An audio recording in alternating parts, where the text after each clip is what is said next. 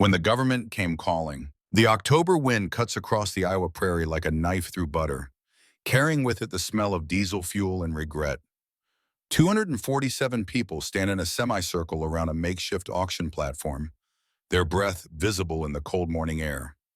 The auctioneer's voice crackles through a portable PA system, rapid-fire numbers tumbling over each other like water over rocks. 420 acres of prime Iowa farmland, black soil so rich you can smell the fertility from 50 yards away. The kind of land that's been growing corn since before the Civil War, back when a man could stake a claim with nothing but a strong back and a willingness to break his body for 6 months straight. On the platform stands a woman in her 50s, her face carved from the same stubborn material as the limestone foundations of the barn visible in the distance.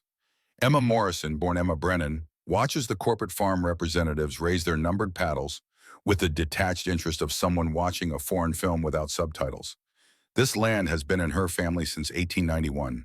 132 years of Brennan's sweat soaked into every acre. The auctioneer hits his rhythm now, that peculiar sing-song chant that sounds like English, but functions more like music. $600 an acre, $650, $700. The corporate boys are driving the price up, testing each other, circling like sharks around wounded prey. Emma's son James stands beside her, 42 years old, and wearing the same expression his great-grandfather Marcus probably wore in 1983 when the world came apart. He leans close to his mother's ear. "I still don't understand why we're doing this." Emma doesn't look at him. Her eyes track the paddle raises with the cold calculation of someone who's done this math 1,000 times in her head. Because your great-grandfather made one decision 41 years ago that cost this family everything, she says. And I've spent my entire life making sure we never make that mistake again. The auctioneer's chant rises in pitch. $750, $800, going once. This is a story about the most expensive word in farming. That word is no. In 1983, when the United States government offered free money to struggling farmers across the Midwest, one man looked at that offer and said no. It cost him his marriage, nearly cost him his land, and taught him a lesson so painful he spent 40 years trying to forget it. His name was Marcus Brennan, and this is the story of the $18,000 that destroyed 4 generations of certainty.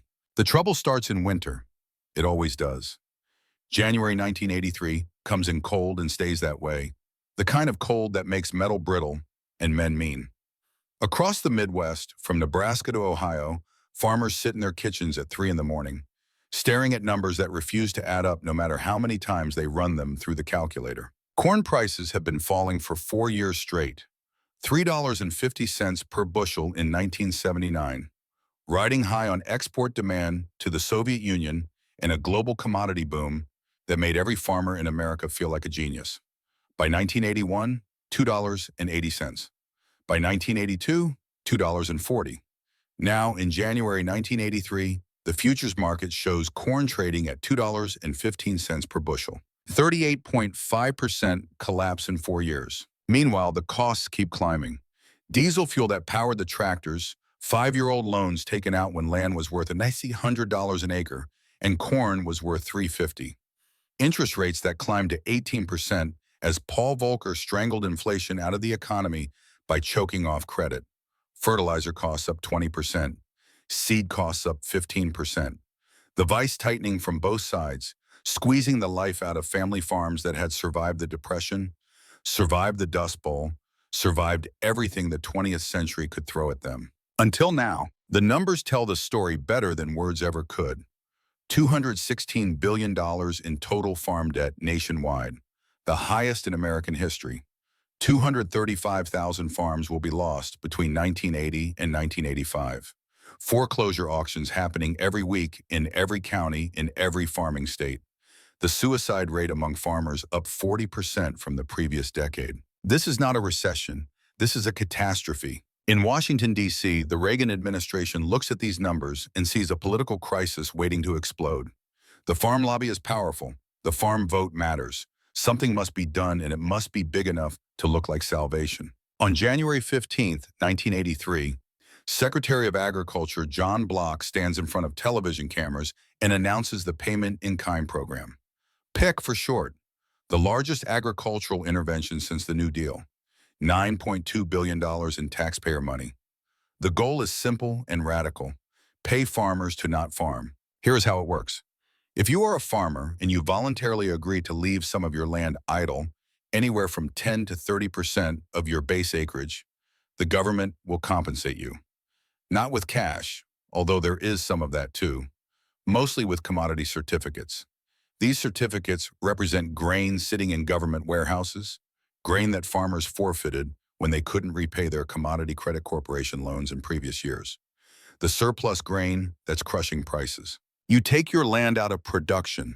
The government gives you certificates worth 80 to 90% of what you would have harvested. You sell those certificates at current market prices. You pocket the money. You never plant a seed, never buy fertilizer, never spend a dime on inputs. No costs, no risk, no work. It is, in the words of one agricultural economist, the closest thing to free money the government has ever offered farmers. By February 1st, applications are flooding into USDA county offices across the Midwest. Farmers who haven't trusted the government since Roosevelt and are lining up to sign the papers. Within 6 weeks, 82 million acres will be enrolled in PIK, the largest acreage reduction program in American history. In Hardin County, Iowa, the participation rate will eventually hit 78%. One of the 212 farmers in Hardin County who refuses to participate is a man named Marcus Brennan. Marcus Brennan is 46 years old in the winter of 1983. He stands 5 feet 11 inches tall, weighs 182 pounds, and carries himself with the upright bearing of a man who spent 2 years in the infantry in Vietnam. His face is weathered the way wood weathers, the grain showing through, lines carved deep by sun and wind, and the particular variety of stress that comes from betting everything you own on weather you cannot control and prices you cannot predict. He took over the family farm in 1969, fresh back from Southeast Asia with a Bronze Star and an Article 15 for insubordination on his service record. The Bronze Star came from a firefight near Khe Sanh where he disobeyed a direct order to retreat and instead led his squad back into enemy fire to extract 8 wounded Marines. The Article 15 came from the same incident because the order to retreat came from a captain, and sergeants do not get to pick and choose which orders they follow. Marcus learned something in that firefight that became the organizing principle of his life. Sometimes the man giving orders is wrong. Sometimes the safe play gets people killed. Sometimes you have to trust your own judgment over the collective wisdom of the chain of command. This belief saved 8 lives in Vietnam. It will nearly destroy everything Marcus loves in Iowa. The Brennan farm in 1983 consists of 520 acres in Hardin County, about 12 miles northeast of Iowa Falls. 240 acres came from his father Thomas, who died in 1975. 280 acres Marcus bought in 3 separate purchases between 1972 and 1980, gradually expanding as neighbors sold out or retired. The land is good, black Iowa topsoil running anywhere from 12 to 18 inches deep, the residue of 10,000 years of prairie grass dying and decomposing and building up that black gold that makes Iowa corn grow tall. In a good year, Marcus can pull 135 bushels per acre off this land. The county average is 128. He is a good farmer. Everyone in Hardin County knows this. He farms 420 acres in corn and 100 in soybeans. The rotation is conventional. The methods are solid. He owns a 1979 John Deere 4440 tractor, 60% financed through First National Bank in Iowa Falls. He owns a full suite of tillage equipment, a 8-row planter, a disc harrow, a field cultivator, a sprayer. Some of it paid off, some of it still carrying debt. His total debt load in January 1983 is $68,000, $45,000 on equipment, $23,000 on an operating line of credit that renews every spring. His annual gross revenue in 1982 was $142,000. His net after expenses and loan payments was $38,000. This makes him solidly middle class by farming standards. Not rich, not poor, surviving. He has been married to Sarah Brennan for 22 years. They have 2 children. Daniel is 17, a senior at Iowa Falls High School with a 3.9 GPA and early acceptance to the University of Iowa. Emma is 14, a freshman, and already talking about coming back to farm after college. Sarah is 44 years old and has the kind of practical intelligence that sees through bullshit like glass. She worked as an accountant before the kids were born and still does the books for the farm. She knows exactly how much money they have, exactly how much they owe, and exactly how precarious their position is. When the PIK enrollment papers arrived by certified mail on February 15th, 1983, Sarah is the one who opens them. She sits at the kitchen table reading through the government prose, translating it into numbers. Then she calls Marcus in from the machine shed. "You need to see this," she says. The letter is printed on USD, a letterhead, official and bureaucratic, and offering what appears to be a miracle. "Mr. Marcus Brennan, based on your reported base acres and historical production yields, you are eligible to enroll 180 of your 520 acres in the 1983 Payment in Kind program. Should you choose to participate, you will receive the following compensation. Cash payment of $27,000 paid upfront upon enrollment. Commodity certificates representing 15,750 bushels of corn, redeemable at current market value. Total estimated value at current prices, $60,750. Required action. Agree to leave 180 acres idle for the 1983 growing season.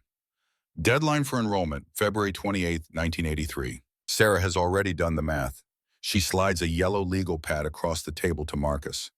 Her handwriting is precise, the numbers lined up in neat columns. Option A, she has written, take PIK. Revenue, $27,000 cash plus $34,000 in commodity certificates equals $61,000. Costs, 0. Land is idle. Additional benefit, we only farm 340 acres instead of 520.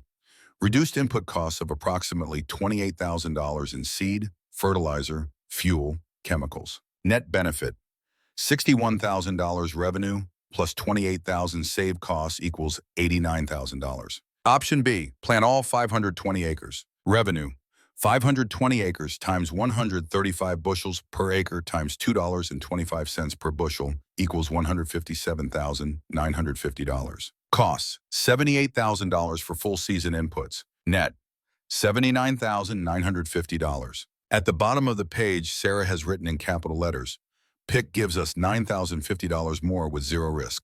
Marcus reads the numbers twice. Then he looks up at his wife. No, he says. Sarah blinks.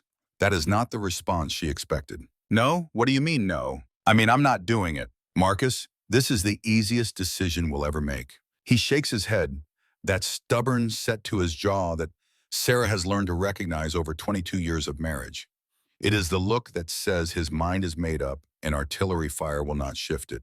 The government doesn't give away free money, he says. There's always a catch. The catch is you don't plant 180 acres. That's it. That's the whole catch. Sarah's voice is rising now, that edge coming into it that means she is transitioning from confused to angry. Marcus leans back in his chair, arms crossed. Think about it, he says. If everyone idles their land, production drops. If production drops enough, the surplus disappears. And if the surplus disappears, prices go up, maybe way up. Sarah stares at her husband like he has started speaking Mandarin. Go up? Marcus, prices have been falling for 4 years. There is a grain surplus the size of Mount Rushmore sitting in government warehouses. Why would prices go up? Because basic economics, he says, supply and demand.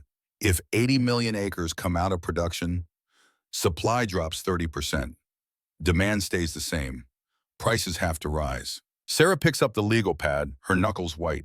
Even if you are right and prices go up 20%, you would make $95,000. PIC guarantees $89,000 with no work and no risk. You are gambling the farm on a maybe when we have a sure thing sitting right here. Marcus stands up. The conversation is over as far as he is concerned. I am not taking handouts, he says. I am a farmer. I farm. That is what I do. Sarah watches her husband walk out of the kitchen, back toward the machine shed where he can lose himself in the concrete comfort of maintenance and repair. She sits alone at the table, looking at the numbers, feeling something crack in her chest. It is February 16th, 1983. They have 12 days until the enrollment deadline. Sarah will spend those 12 days trying to change her husband's mind. She will fail. The next week passes in a cold war of silence and argument. Sarah tries logic. She tries emotion. She tries recruiting allies. On February 18th, Marcus goes into town for supplies at the CO-op. Ray Foster is there, a neighboring farmer who runs 340 acres about 4 miles west. Ray is 50 years old, successful enough to take vacations, the kind of farmer who bought a new pickup every 3 years back when times were good. Ray sees Marcus and waves him over, a grin splitting his weathered face. "You signing up for PIK?" Ray asks. "No," Marcus says. Ray's grin falters. "You serious?" "Dead serious." "Man," Ray shakes his head. "I am taking $22,000 to sit on my ass for 6 months. Me and Patricia are going to Hawaii in March. First vacation in 8 years. Other farmers in the co-op are listening now. Tom Nielsen, the county extension agent, steps over. "Marcus, this is the smartest program I've seen the government roll out in 30 years, Tom says. The math is bulletproof. You take the payment, reduce your costs, reduce your risk. Why wouldn't you do it?" "Because I don't need the government's help," Marcus says. Tom exchanges a glance with Ray. The look says everything. This man is making a mistake and he is too stubborn to see it. "Suit yourself," Ray says. "But when corn hits 250 in October and I'm cashing my pick checks, don't come crying." Marcus buys his supplies and leaves. The whispers start before his truck clears the parking lot. On February 23rd, Sarah makes Marcus go see Victor Caldwell at First National Bank. Victor is 52, the bank president, and a Vietnam veteran like Marcus. They served in different units but in the same theater, and there is a bond there built on shared experience of watching boys die in rice paddies. Victor's office is on the second floor of the bank building, windows looking out over Main Street, Iowa Falls. Marcus sits across the desk, uncomfortable in the formal setting. He is a man more at home in a tractor cab than a banker's office. Victor slides a folder across the desk. Marcus's loan file. "I am looking at your debt," Victor says. "68,000 outstanding, equipment loan and operating line." Marcus nods. He knows the numbers. "If you plant all 520 acres this year at current prices," Victor continues, "you are going to net maybe $15,000 after expenses and loan payments. That is thin, Marcus, real thin. If you have any kind of setback, weather, equipment failure, price drop, you could end up in the red." "I will make it work," Marcus says. Victor leans back in his chair. He is trying to figure out how to say this without offending a friend. "If you take pick on 180 acres, he says, you will net over $40,000 with less work and zero risk. From my perspective as your lender, that is a much more comfortable position for both of us." "I appreciate the advice," Marcus says, "but I am planting." Victor tries a different approach. "Let me put it this way. If you don't take pick and you have a bad year, drought, low yields, whatever, you might not be able to make your loan payments. Then we have a problem. If you take PIK, you are guaranteed to make your payments with money left over." Marcus feels a flash of anger, hot and sudden. "Are you saying if I don't take PIK, you won't renew my operating loan?" Victor holds up his hands. "I am not saying that. I am saying it would make me more comfortable about your financial position. That is all." Marcus stands up. "I will make my payments. I always have." Victor watches his friend walk out of the office. He picks up the phone, calls Sarah Brennan, tells her he tried. She thanks him and hangs up. That night, Victor sits in his own kitchen, drinking scotch, thinking about Marcus Brennan. He thinks about Khe-Sanh, about the firefight where Marcus disobeyed orders. Marcus was right that day. The captain was wrong. Marcus saved 8 lives. But this is not war. This is economics. And Victor knows, with the cold certainty of a man who has seen 1,000 farm foreclosures in the past 3 years, that Marcus Brennan is about to make the most expensive mistake of his life. February 28, 1983, deadline day. The USDA office in Iowa Falls stays open until 6 p.m. to accommodate last-minute enrollments.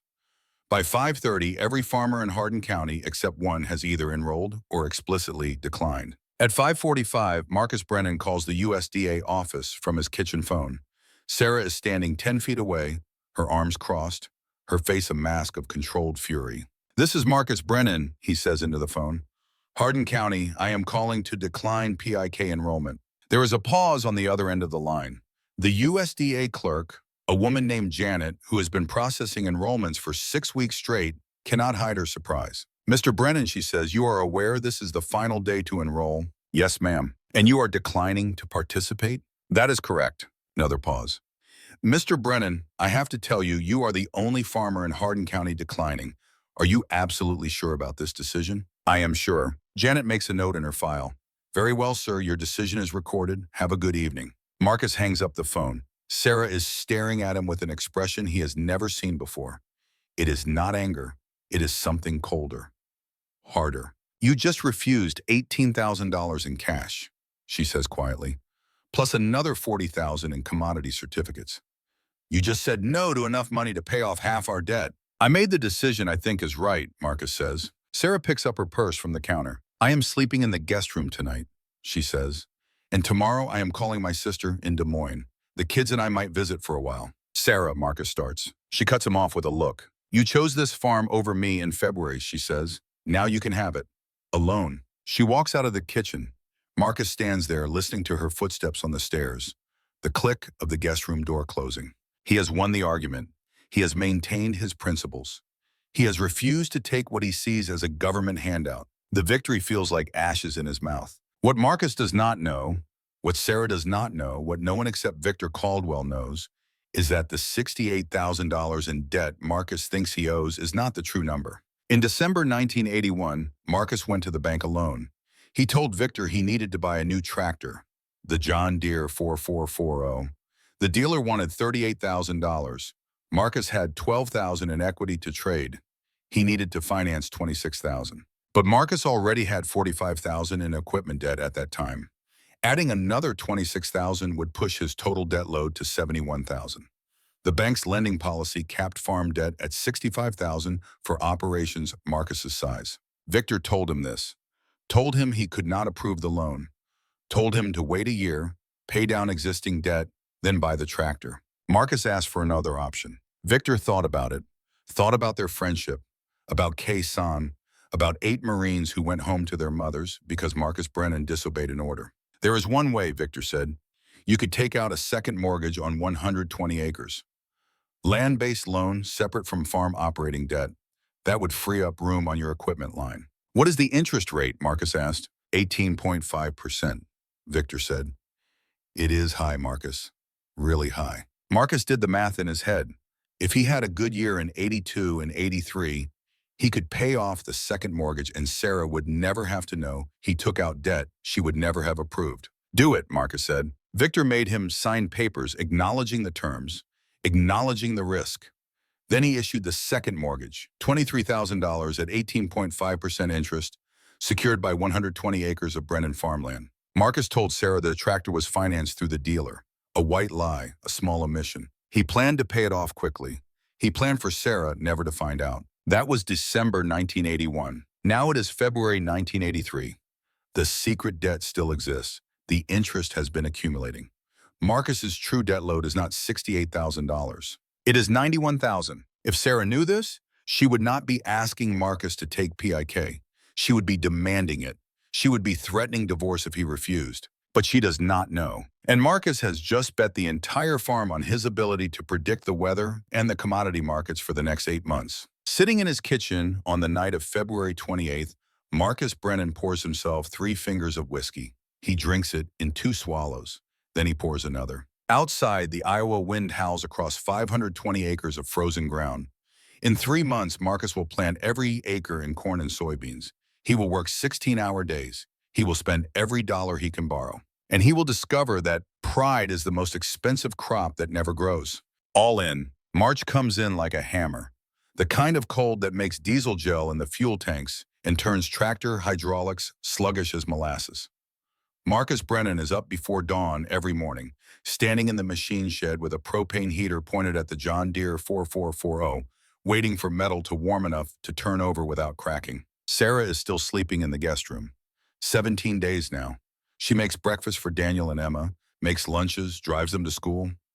She speaks to Marcus only when necessary, her voice flat and professional, like a secretary reading off a schedule. The silences in the house have weight and texture, thick enough to choke on. Daniel leaves for school without saying goodbye to his father. Emma hugs Marcus at the door, but her eyes are confused. That particular confusion of a 14-year-old girl watching her parents' marriage crack apart in real time. In town, at the grain elevator, at the co-op, at the diner on Main Street, the farmers of Hardin County talk. By the first week of March, everyone knows Marcus Brennan refused PIK. The speculation runs wild. Some say he knows something they don't. Some say he has money problems and cannot afford to take land out of production. Some say he is just too stubborn for his own good. Ray Foster tells anyone who will listen that Marcus Brennan is going to learn an expensive lesson about fighting the government. Tom Nielsen, the extension agent, mentions in his weekly column in the Iowa Falls Citizen that participation in PIK across Hardin County has reached 78%. He does not name Marcus, but everyone knows. In a county of 212 farmers, 47 have declined. Marcus is the most visible, the most vocal, the most certain he is right. Victor Caldwell sits in his office at First National Bank and watches the weather reports with a growing sense of unease. The long-range forecasts are calling for below-average precipitation through spring and summer, drought conditions developing across the Central Plains. He thinks about calling Marcus, warning him, then decides against it. A man who refuses $60,000 in free money is not going to be swayed by weather predictions. On March 15th, Marcus goes back to the bank, not to see Victor, to increase his operating line of credit. The meeting happens in a small conference room, not Victor's office. Victor sits across from Marcus with a loan officer named Patricia Henderson taking notes. The fluorescent lights hum overhead, casting everything in that particular shade of institutional white that makes bad news feel worse. Marcus slides a handwritten budget across the table. His penmanship is blocky, utilitarian, the handwriting of a man who learned to write filling out military forms. I need to increase my operating line from $45,000 to $55,000, Marcus says. Victor picks up the budget, scans the numbers. Seed costs are up 8% from last year. Fertilizer up 12%. The reason is simple and brutal. With 78% of farmers in the county taking picky, demand for inputs has dropped. Suppliers are raising prices on the remaining 22% to maintain margins. Marcus is being punished by the market for not taking PIK. Why the increase, Victor asks, even though he knows the answer. Input costs are higher than I projected, Marcus says. Victor sets down the budget. He looks at his friend, really looks at him. Marcus has lost weight. The skin around his eyes is tight, the set of his shoulders carrying tension like a yoke. Marcus, this puts you at $78,000 total debt, Victor says. Equipment loan plus operating line. Marcus nods, he knows. What Victor does not say, what he cannot say because of banking regulations and client confidentiality, is that Marcus's real debt is $101,000. The secret second mortgage sits in a separate file, in a separate drawer, known only to Victor and Marcus and the loan committee that approved it back in '81. If Sarah knew, Victor thinks, if she had any idea. But she does not know, and Victor cannot tell her, and so he approves the increase. $10,000 added to the operating line.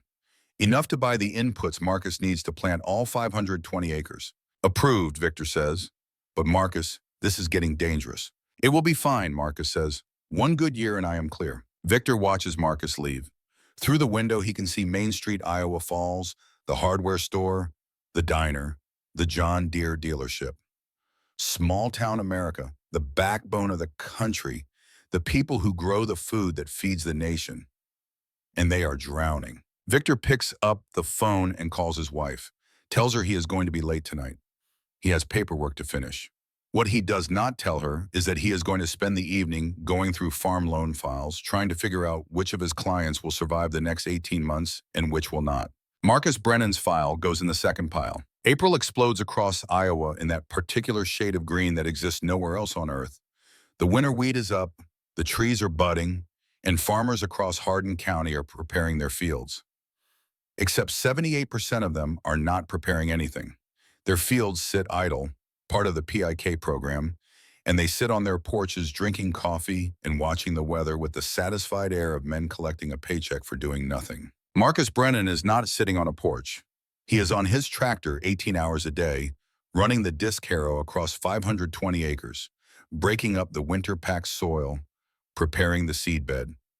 The 4440 runs smooth, the Detroit diesel engine, that peculiar industrial lullaby of power and torque.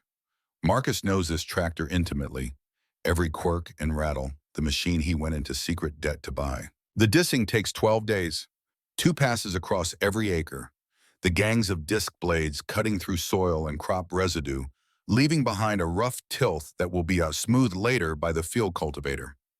Marcus's hands develop new calluses on top of old ones. His lower back aches from the constant vibration. He pisses in a coffee can because climbing down from the cab 3 times a day wastes time. Sarah brings him lunch in a cooler, leaves it at the edge of the field, drives away without waiting. Emma rides along sometimes, waves from the truck window. Marcus waves back, watching his daughter get smaller in the mirror, wondering if she understands why her mother will not speak to her father. By April 20th, the seedbed is ready. Now comes planting, the most critical 2 weeks of the farming year. Too early and the soil is too cold, the seed rots in the ground.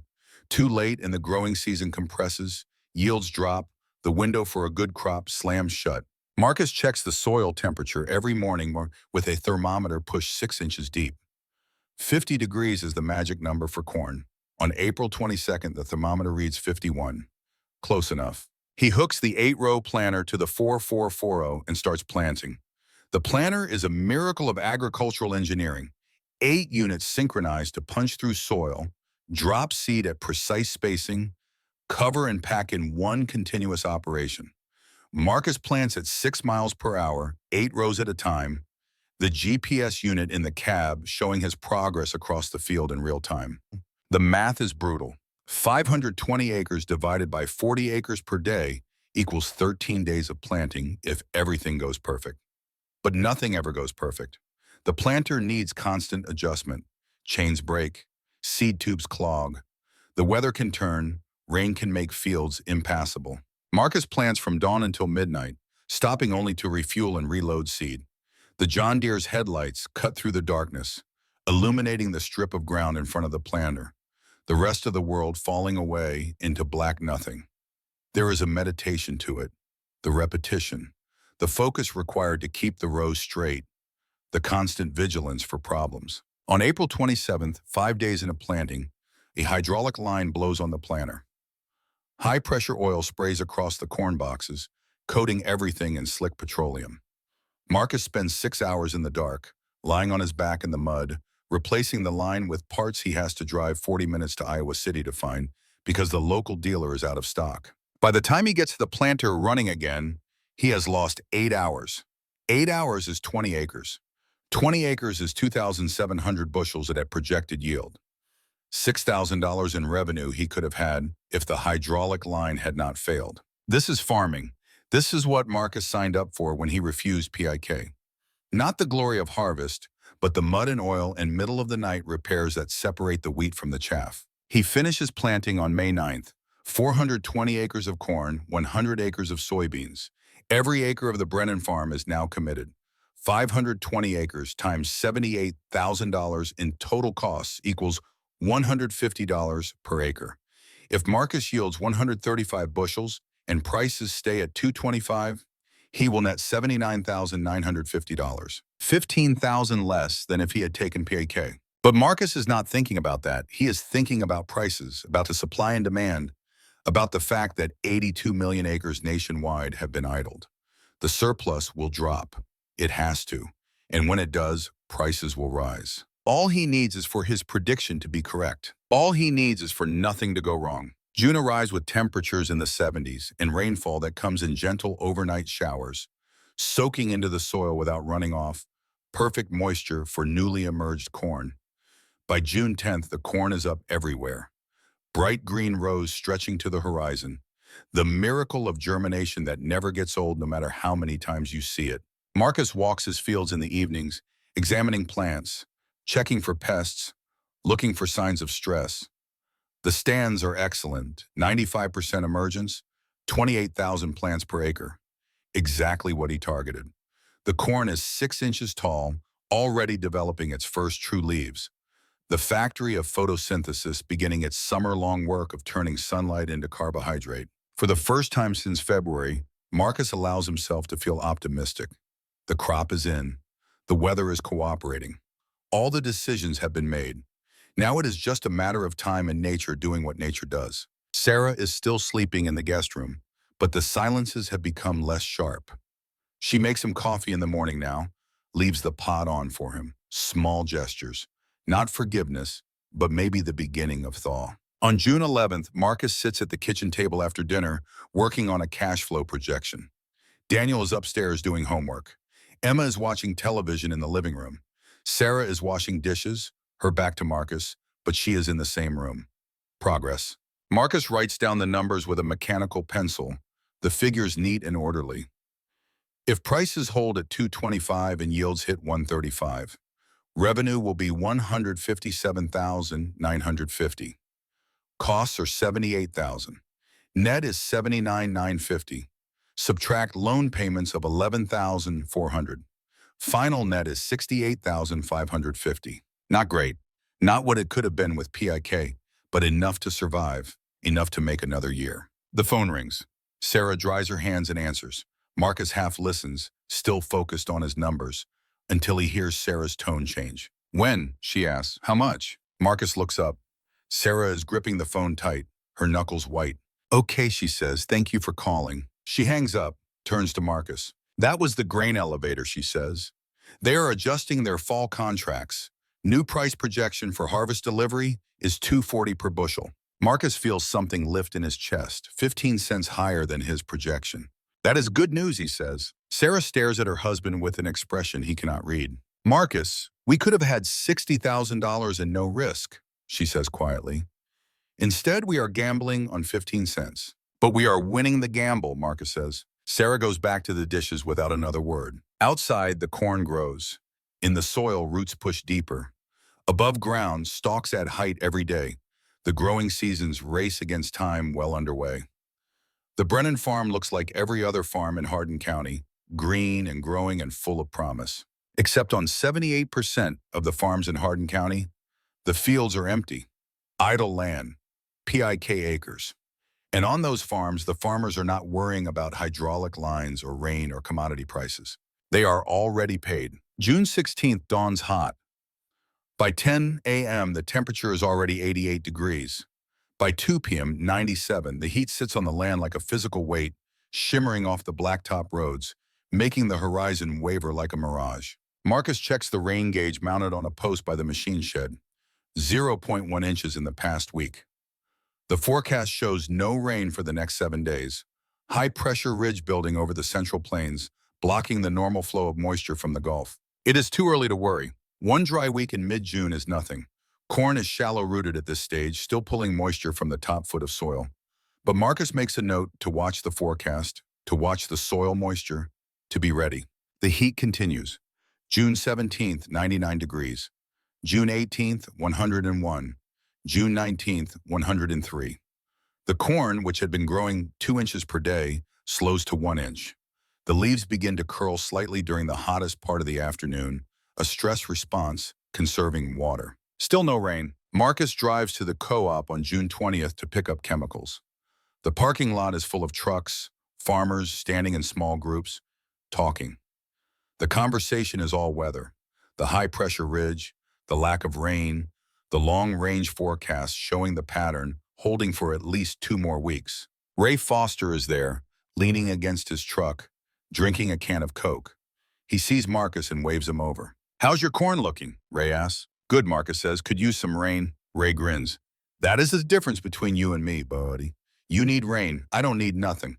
I got my PIK money sitting in the bank, and my fields are sitting pretty. Marcus does not take the bait. He nods, turns to walk into the co-op. Hope it rains for you, Ray calls after him. Hate to see all that work go to waste. Inside the co-op, Tom Nielsen is talking to a group of farmers by the seed display. He sees Marcus and his expression shifts, becomes careful. Marcus, Tom says, you following the weather? Every day, Marcus says. NOAA is putting out drought watch notices for central Iowa, Tom says. Below average subsoil moisture. If this dry pattern holds another 2 weeks, we could see significant stress. It will rain, Marcus says. Tom nods slowly. Sure, he says. It always does. Eventually. Marcus buys his chemicals and leaves. Drives home with the windows down, the hot wind blowing through the cab. He thinks about PIK, about $60,000, about fields sitting idle while his corn wilts in 100-degree heat. Then he pushes the thoughts away. It will rain. It has to rain. This is Iowa, not Arizona. Drought happens, but it does not last. Except sometimes it does. By June 30th, the Brennan farm corn is showing serious stress. The plants are 32 inches tall instead of the 42 they should be. The leaves are curled tight, that distinctive rolling that indicates water stress. The color has shifted from deep green to a paler gray-green, nitrogen uptake slowing because the plant is too focused on survival to worry about growth. Marcus stands in the field at sunset, the heat still radiating off the soil, and does the calculation he has been avoiding for a week. If the corn stays at this height through July, if the stress continues, projected yield drops from 135 bushels per acre to maybe 90. 90 bushels times 420 acres times 240 per bushel equals $91,000 gross. Subtract costs of $78,000, net of $13,000 before loan payments. Not enough, not nearly enough. He needs rain. Not in a week, not in 2 weeks, now. The forecast shows high pressure holding for another 10 days minimum. Marcus drives to Iowa City the next morning and rents a pivot irrigation system. It costs $4,500 for the season, plus $180 per day for electricity to run the pump. He does not ask Sarah. He does not tell Victor Caldwell. He just signs the contract and arranges for delivery. The pivot arrives on July 2nd. It takes Marcus and 2 hired men 8 hours to install it, running the main line from the well to the field, setting up the pivot point, programming the control system. By evening, water is spraying across 80 acres of corn, the droplets catching the late sun, making rainbows. It is the most beautiful and most expensive thing Marcus has ever seen. The irrigation runs 24 hours a day. The electric meter spins like a slot machine. Each day costs $180. Each week, $1,260. By July 15th, Marcus has spent $6,300 on irrigation. The corn responds. The leaves uncurl. Growth resumes. But Marcus knows the truth. He is not saving the crop. He is paying to not lose it completely. And every dollar he spends on irrigation is a dollar he did not budget for, a dollar that comes straight out of any potential profit. On July 10th, he calls Victor Caldwell. "I need another $8,000 on the operating line," Marcus says. There is silence on the other end of the phone. Then Victor's voice, careful and controlled. "What for?" "Irrigation," Marcus says. "I'm renting a pivot. Electricity costs are higher than expected." "Marcus, you are already at $55,000 on the operating line. This puts you at $63,000. "I know," Marcus says. "But if I don't irrigate, I lose the crop. If I lose the crop, I lose everything." More silence. Victor is doing math in his head, looking at files, calculating ratios. "Approved," Victor says finally. "But Marcus, this is the last increase. You are now at $86,000 total debt." Victor does not mention the secret second mortgage. Does not mention that the real number is $109,000. "Thank you," Marcus says. After he hangs up, Victor sits in his office for a long time, staring at Marcus Brennan's file. The math is ugly and getting uglier. If this drought continues, if prices do not spike, Marcus will not make his loan payments in the fall. And if Marcus does not make his payments, the bank will have to move toward foreclosure. Victor has known Marcus Brennan for 40 years, served in the same war, stood up at his wedding, bounced his kids on his knee. And in 6 months, Victor might have to take his farm. He pours himself a drink from the bottle he keeps in his desk drawer, drinks it alone in his office as the sun sets over Iowa Falls. July in a drought is a special kind of hell. The heat does not break. The high-pressure ridge sits over the Midwest like a lid on a pot, trapping heat, blocking rain. Every day, the temperature climbs into the 90s or hundreds. Every night, it drops only into the 70s. The USDA releases weekly crop condition reports. On July 1st, 68% of Iowa corn is rated good to excellent. On July 8th, 52%. On July 15th, 39%. On July 22nd, 28%. The national production estimates start to fall. 7.2 billion bushels projected on July 1st, 6.5 billion on July 8th, 5.8 billion on July 15th. The surplus is disappearing, not because of PIK, though that helped, because the drought is destroying 30% of the crop. Marcus's prediction about supply and demand is coming true, except he is part of the supply being destroyed. The corn on the Brennan farm, even with irrigation, continues to struggle. By July 20th, it is 48 inches tall instead of 72. Early tasseling is beginning, stress-induced, the plant's desperation move to reproduce before it dies. County extension estimates put potential yield at 80 to 90 bushels per acre. Marcus has spent $11,900 on irrigation by mid-July. The crop he is trying to save is worth less every day. On July 21st, Sarah finds the bank statement Marcus left on his desk, the one showing $86,000 in total debt. She knew about the original $45,000. She thought there was another $15,000 in operating costs. She did not know about the additional increases. She finds Marcus in the machine shed, working on the planter, getting it ready for storage. $86,000, she asks. Her voice is very quiet, very controlled. Marcus has learned to fear that tone more than shouting. He sets down the wrench and turns to face his wife. I had to increase the operating line for irrigation, he says. When? 2 weeks ago. Sarah holds up the bank statement. You borrowed $8,000 and did not tell me? I was going to tell you, Marcus says. When? After the bank forecloses? That is not going to happen, Marcus says. Sarah laughs. It is not a pleasant sound. Really? We are $86,000 in debt. Our crop is dying despite spending $12,000 on irrigation. And you think we are not going to lose this farm? We are going to make it, Marcus says. Sarah shakes her head. She looks at her husband like she is seeing him for the first time, seeing something she does not recognize. I am taking Daniel and Emma to my sisters in Des Moines this weekend, she says. We will be there through Labor Day. You can have the farm to yourself. Maybe spend some time thinking about what your pride is worth. She turns and walks away. Marcus watches her go, grease on his hands, the taste of failure in his mouth. That night, for the first time, Marcus considers that he might actually lose. Not just money, not just a bad year. Everything. The farm, his marriage, the legacy his great-grandfather built. He sits in the empty house and pours whiskey into a glass, drinks it, pours another. The silence is absolute. Daniel and Emma are in their rooms packing. Sarah is on the phone with her sister making arrangements. Marcus Brennan, 46 years old, Vietnam veteran, Bronze Star recipient, man who disobeyed orders and saved 8 lives, sits alone in his kitchen and understands for the first time that courage and stubbornness are not the same thing. That sometimes the brave choice is admitting you were wrong. That sometimes the only way to save what you love is to surrender. But it is too late for surrender now. The deadline for PIK was February 28th. The drought is here. The damage is done. All he can do is hold on and hope the fall brings redemption instead of ruin. August arrives without rain. The NOAA officially declares the drought of 1983 the worst since 1936.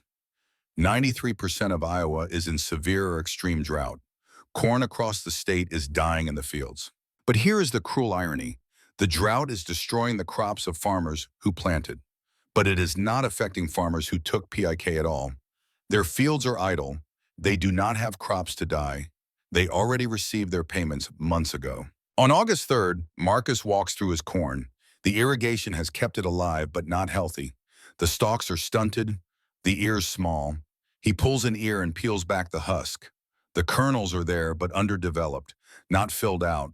The tip half of the ear just silk with no kernel formation. He makes a rough count.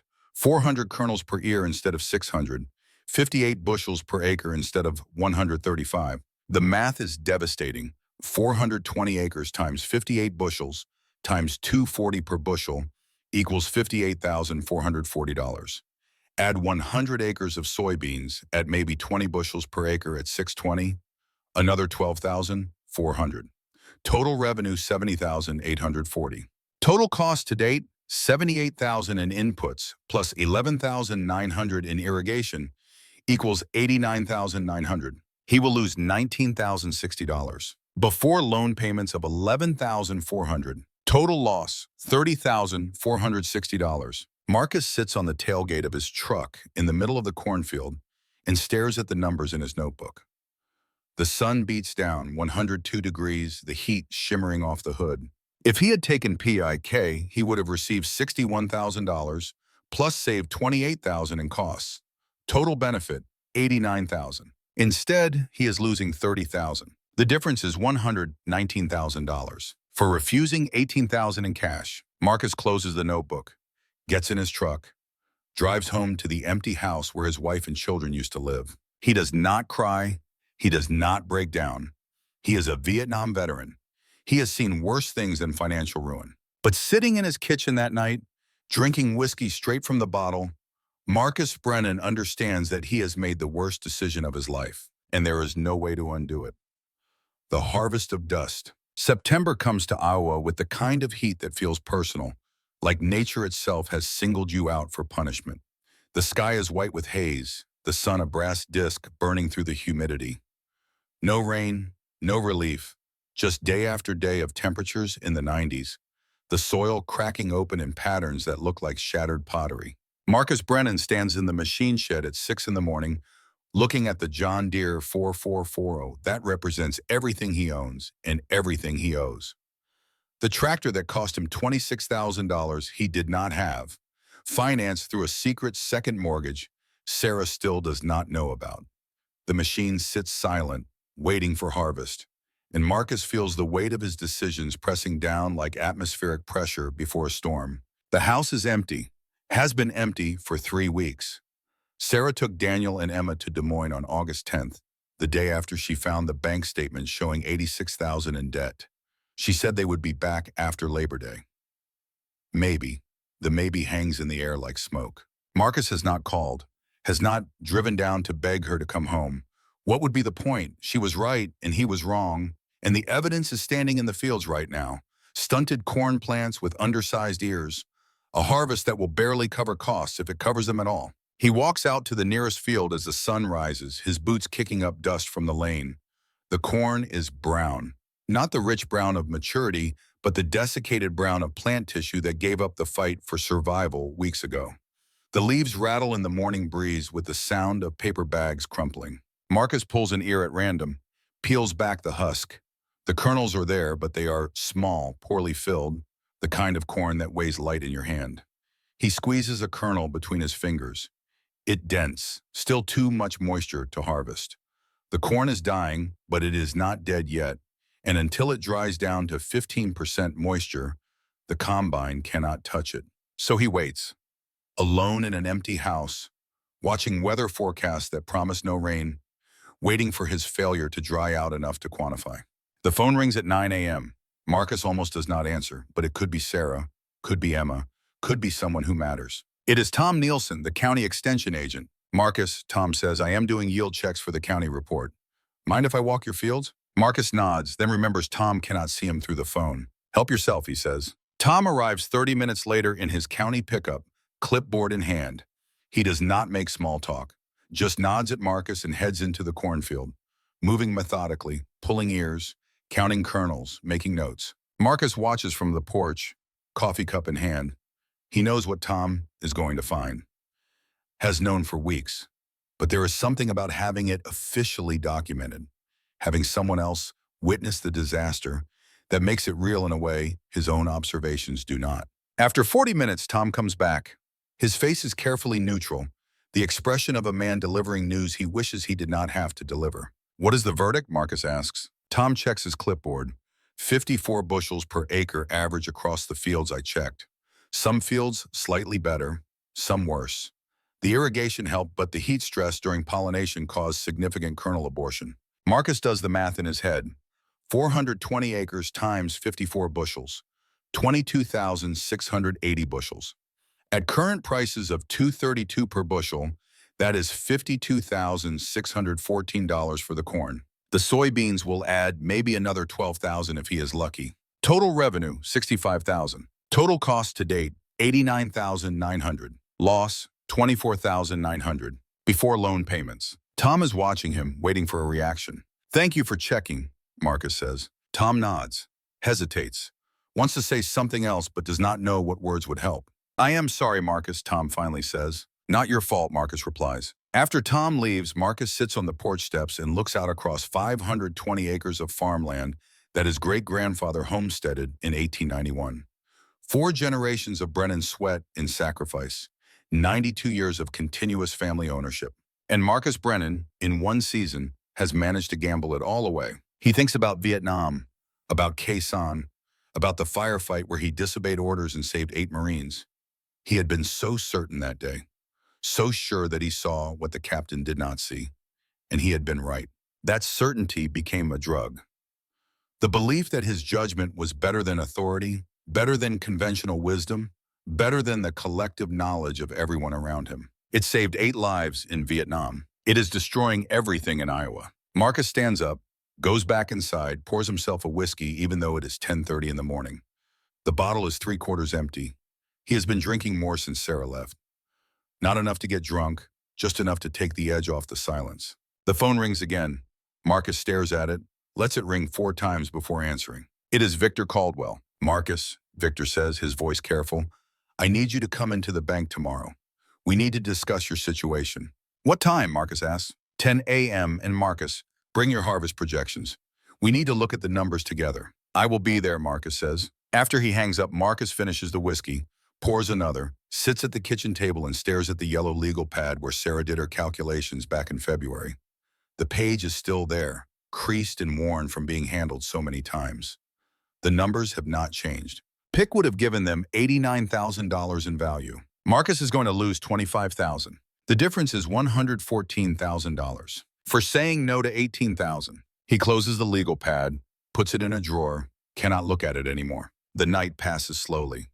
Marcus tries to sleep, but the empty house is too quiet. The silence broken only by the settling sounds of old wood and the occasional cry of a coyote in the distance. He gets up at 3 a.m., makes coffee, sits in the dark kitchen, waiting for dawn. When the sun finally arises, Marcus showers, shaves, puts on clean clothes.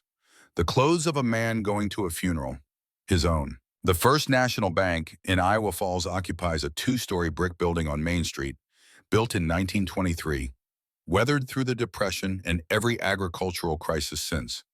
Marcus parks his truck in front at 9:55 a.m., sits behind the wheel for 3 minutes, gathering himself. He thinks about walking in there, about sitting across from Victor and David Chen and admitting that he has failed, about discussing the mathematics of his own ruin in cold clinical terms. He thinks about starting the truck and driving away, just leaving, heading west until the money runs out and then figuring out what comes next. But he does not. He gets out of the truck, walks into the bank, climbs the stairs to Victor's office. The bank lobby smells like old carpet and air conditioning. The teller, a woman named Betty, who has known Marcus since he was a boy, gives him a sad smile as he walks past toward the stairs. She knows. Everyone in town knows. You cannot hide failure in a town this small.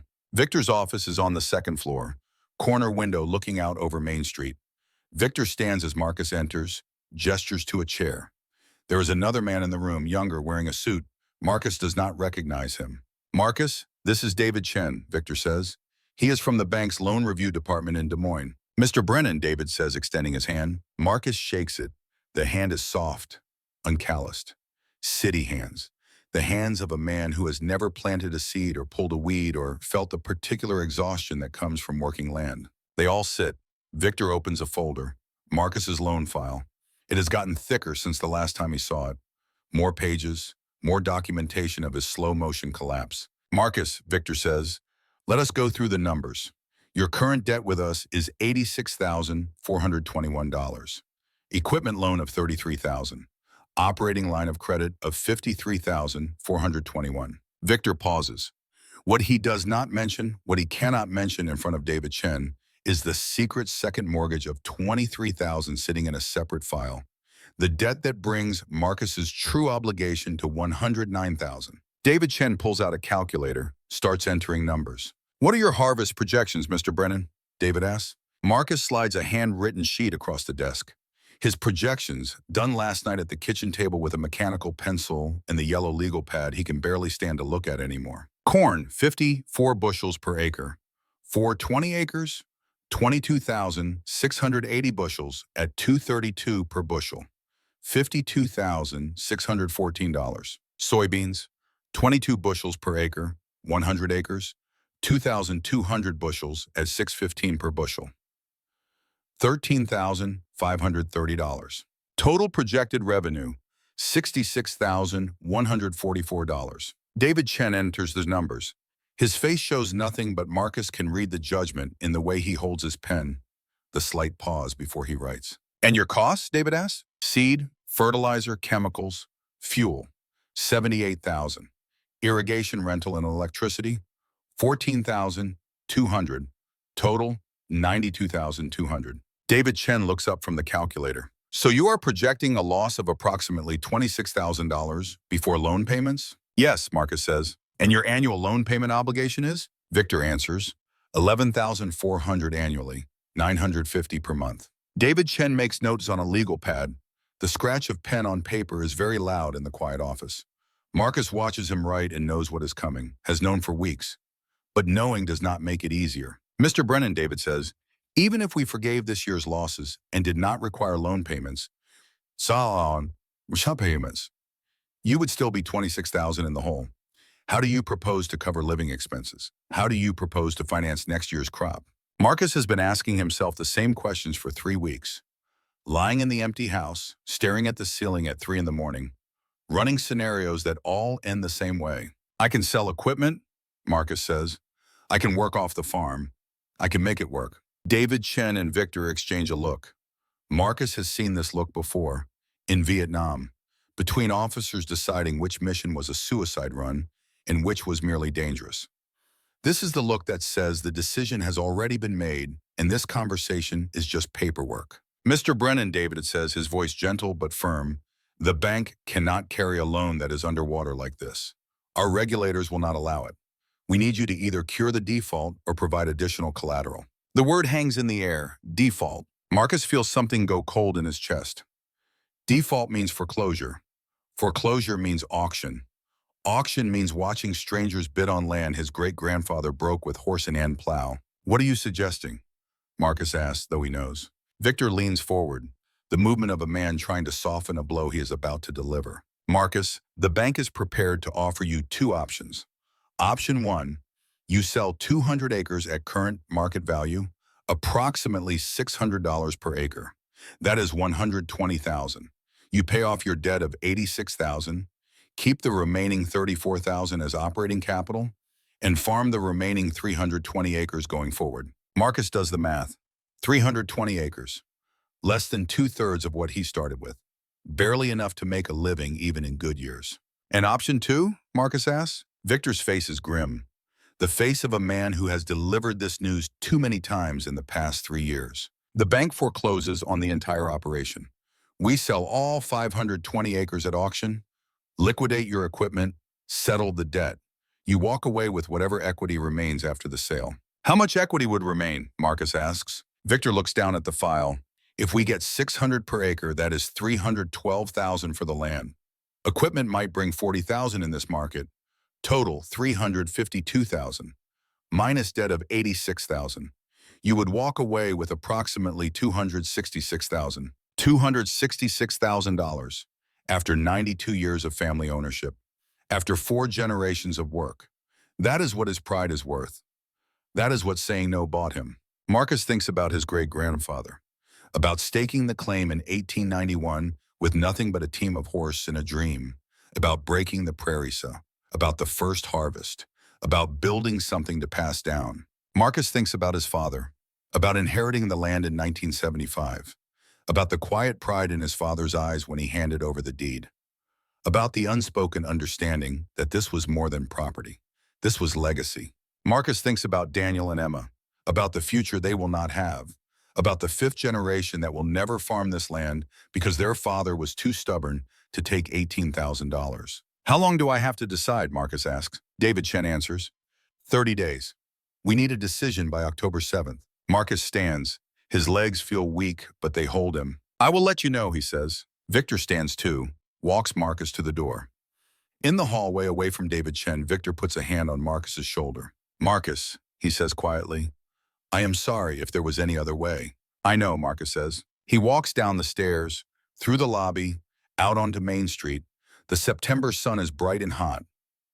Across the street at the diner, he can see farmers having coffee, talking, normal life continuing as if the world is not ending. Marcus gets in his truck, sits behind the wheel, does not start the engine. He thinks about the barn, about the shotgun hanging on the wall, about how easy it would be, how much simpler.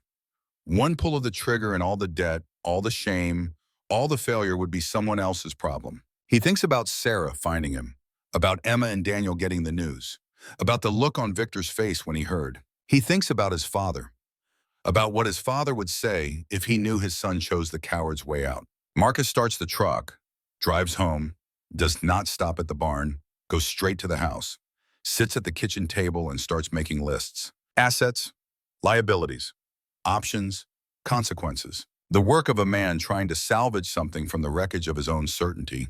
That night, Marcus does something he has not done since his father died.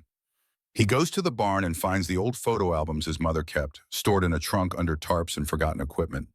He takes them back to the house, spreads them out on the kitchen table. There is his great-grandfather, Thomas Brennan Sr., standing in front of a sod house in 1891. Young, lean, hard as nails, the original homesteader. There is his grandfather, Thomas Brennan Jr., in front of the first real barn, built in 1920, the farm expanding, prospering. There is his father, Thomas Brennan III, standing beside a brand new tractor in 1952, the modern era arriving in Hardin County.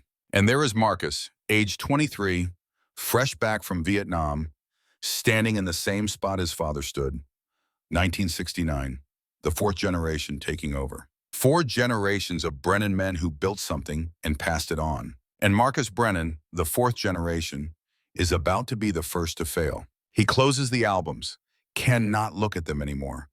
The weight of all that history, all that work, all those dreams, and he is the weak link, the one who breaks the chain. Marcus pours whiskey, drinks, pours more. The bottle is nearly empty now. He will need to buy another tomorrow, add it to the list of things he cannot afford. The phone rings. 11 p.m., too late for good news. Marcus almost does not answer, but some small part of him hopes it is Sarah. Hopes she has decided to come home. Hopes for anything that is not more bad news. He picks up. It is Daniel. Dad, Daniel says, his voice is tight, controlled, the voice of a young man trying very hard not to cry. Daniel, Marcus says, Mom told me about the bank meeting, about the 200 acres. Marcus closes his eyes. Of course Sarah told him. She has every right to tell him. It is his future too, his inheritance disappearing acre by acre. I am sorry, Marcus says. The words feel useless, inadequate, but they are all he has. I am not calling because I am angry, Daniel says. I am calling because I am scared you are going to do something stupid. Marcus does not know what to say. Promise me you are not going to hurt yourself, Daniel says. Promise me, Dad. How does Daniel know? How does a 17-year-old kid in Iowa City know that his father has been thinking about the shotgun, about the barn, about the easy way out? I promise, Marcus says. I am coming home this weekend, Daniel says. Saturday morning, we need to talk, all of us. You and Mom and Emma and me, we need to figure this out together. Your mother is not here, Marcus says. She is still at her sister's. I know, Daniel says. I talked to her tonight. She is coming back Saturday too. For me. Not for you. For me. So do not screw this up. Do not do anything stupid before Saturday. Can you promise me that? I promise, Marcus says again. After he hangs up, Marcus sits at the kitchen table and cries for the first time since Sarah left. Not because he is sad, though he is. Not because he is scared, though he is. But because his 17-year-old son, who should be worrying about college and girls and normal teenage things, is instead worried that his father is going to eat a bullet. That is what Marcus has done. That is the legacy he is leaving. Not land, not prosperity, fear and shame and the knowledge that pride destroys everything it touches. He cries until there is nothing left. Then he washes his face, goes to bed, and waits for Saturday. The weekend arrives gray and cold, a storm front moving through, the first rain in 3 months, but it comes too late to matter. The corn is already dead. The rain just makes the corpse glisten. Marcus is awake before dawn on Saturday. He cleans the house. Badly because he has no skill at it, but he tries, washes dishes, vacuums, makes the bed, small gestures of respect for a family that might not be his family much longer. Sarah's car pulls into the driveway at 10 a.m. Daniel gets out first, taller than Marcus remembers, harder. Emma follows and she runs to the porch, hugs Marcus so tight he can barely breathe. Hi, baby, Marcus says. Hi, Daddy, Emma says. Sarah is last. She does not run, does not hug, just nods at Marcus and walks into the house. They sit at the kitchen table, the same table where Sarah spread out the PIK papers in February, the same table where Marcus made the worst decision of his life. There is a symmetry to it that feels intentional, fate bringing them full circle. Sarah speaks first. Marcus has told you about the bank meeting? Daniel and Emma nod. The bank is giving us until October 7th to decide. Sell 200 acres and keep 320 or lose everything. Marcus, Sarah says, what do you want to do? Marcus looks at his wife, at his children, at the family he has nearly destroyed. I want to save the farm, he says, but I do not know how. Daniel leans forward. His face is set, determined. We sell the 200 acres, Daniel says. We pay off the debt. We start over with 320. That is not enough land to make a living, Marcus says. Then you work off the farm, Daniel says. Like other people do. Like people who do not have 500 acres. The words sting, but they are true. Emma speaks up. Her voice is quiet but firm. I will work too, she says. I will babysit. I will help with field work, whatever it takes. Sarah looks at her children, then at Marcus. We sell the land, she says. It is the only choice that keeps this family together. Marcus nods. He knew this was coming, has known for weeks. But hearing it said out loud, agreed upon by his family, makes it real in a way it was not before. Okay, he says. We sell. There is more to discuss. Logistics, finances, how to make 320 acres work. But the decision is made. The Brennan farm will lose 200 acres. 200 acres that took 4 generations to acquire will be sold in one afternoon to pay for one man's pride. That night, after Daniel and Emma have gone to bed, Sarah and Marcus sit on the porch. Not touching, not talking, just sitting in the rain. Finally, Sarah speaks. Are you going to tell me about the second mortgage? Marcus feels his heart stop. What? The secret debt, Sarah says. The $23,000 you have been hiding from me since '81. How do you know? Marcus asks. Victor told me, Sarah says. Today, when he called to confirm you were coming to the meeting. He thought I knew. When he realized I did not, he told me everything. Marcus cannot breathe, cannot think. The last secret, the final lie is out. Why? Sarah asks. Why did you lie to me for 2 years? Because I thought I could fix it, Marcus says. I thought I could pay it off and you would never have to know. Sarah laughs. It is not a pleasant sound. You thought you could hide $23,000 forever? No, Marcus says, just until I paid it off. I thought if I had good years in '82 and '83, I could clear it. Sarah turns to look at him. Her face is hard, unforgiving. So let me understand this, she says. You took out secret debt. You refused free money from the government. You lied to me about our financial situation for 2 years. And now we are losing 200 acres because of your pride. Is that about right? Yes, Marcus says. Sarah stands up. I am done, Marcus, she says. Completely done. I will stay until we sell the land. I will help you through this, but after that, I am leaving. I am taking the kids, and I am filing for divorce. Sarah, Marcus starts. She holds up her hand. Do not, she says, do not try to fix this with words. You have lied to me for 2 years. You have gambled away our children's future. You have chosen your pride over your family again and again and again, and I am done. She walks into the house. The screen door slams. Marcus sits alone on the porch in the rain and understands that he has lost more than land. He has lost his wife, his marriage, the trust that took 23 years to build and 1 season to destroy. He thinks about the barn, about the shotgun, about Daniel's voice on the phone. Promise me you are not going to do something stupid. He stands up, walks to the barn, finds the shotgun, holds it in his hands. It would be so easy, but he made a promise to his son. And if he has nothing else left, he still has that. The ability to keep one promise to one person. Marcus hangs the shotgun back on the wall, walks back to the house, goes to bed. Tomorrow they will begin the work of selling the land, of salvaging what can be salvaged, of learning to live with less. But tonight he is still here, still breathing, still trying. It is not much, but it is something. The weeks that follow are a blur of paperwork and negotiations. Victor finds a buyer quickly.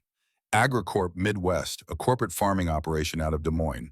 They are buying up failed farms across Iowa, assembling large-scale operations, turning family agriculture into industrial agriculture. The price is $600 per acre, 200 acres, $120,000. The closing is scheduled for October 7th, 3 weeks away. In those 3 weeks, Marcus harvests his crop. The final indignity, renting a combine for $150 per day to gather the evidence of his failure. The corn comes off in 6 days. Final yield, 52 bushels per acre, worse than Tom Nielsen projected. The late season heat stressed the crop even further. 21,840 bushels total. At $2.28 per bushel, the price having dropped in the intervening weeks, Marcus grosses $49,795. The soybeans take 2 days, 20 bushels per acre, 2,000 bushels total. At $6.10 per bushel, $12,200. Total harvest revenue, $61,995. Total cost for the season, $92,200. Final loss, $30,205. Marcus sits in the combine on the last day of harvest, the engine off, the sudden silence ringing in his ears. He has just converted 520 acres of Iowa farmland, 5 months of labor, $92,000 in inputs and debt, into a loss of $30,000.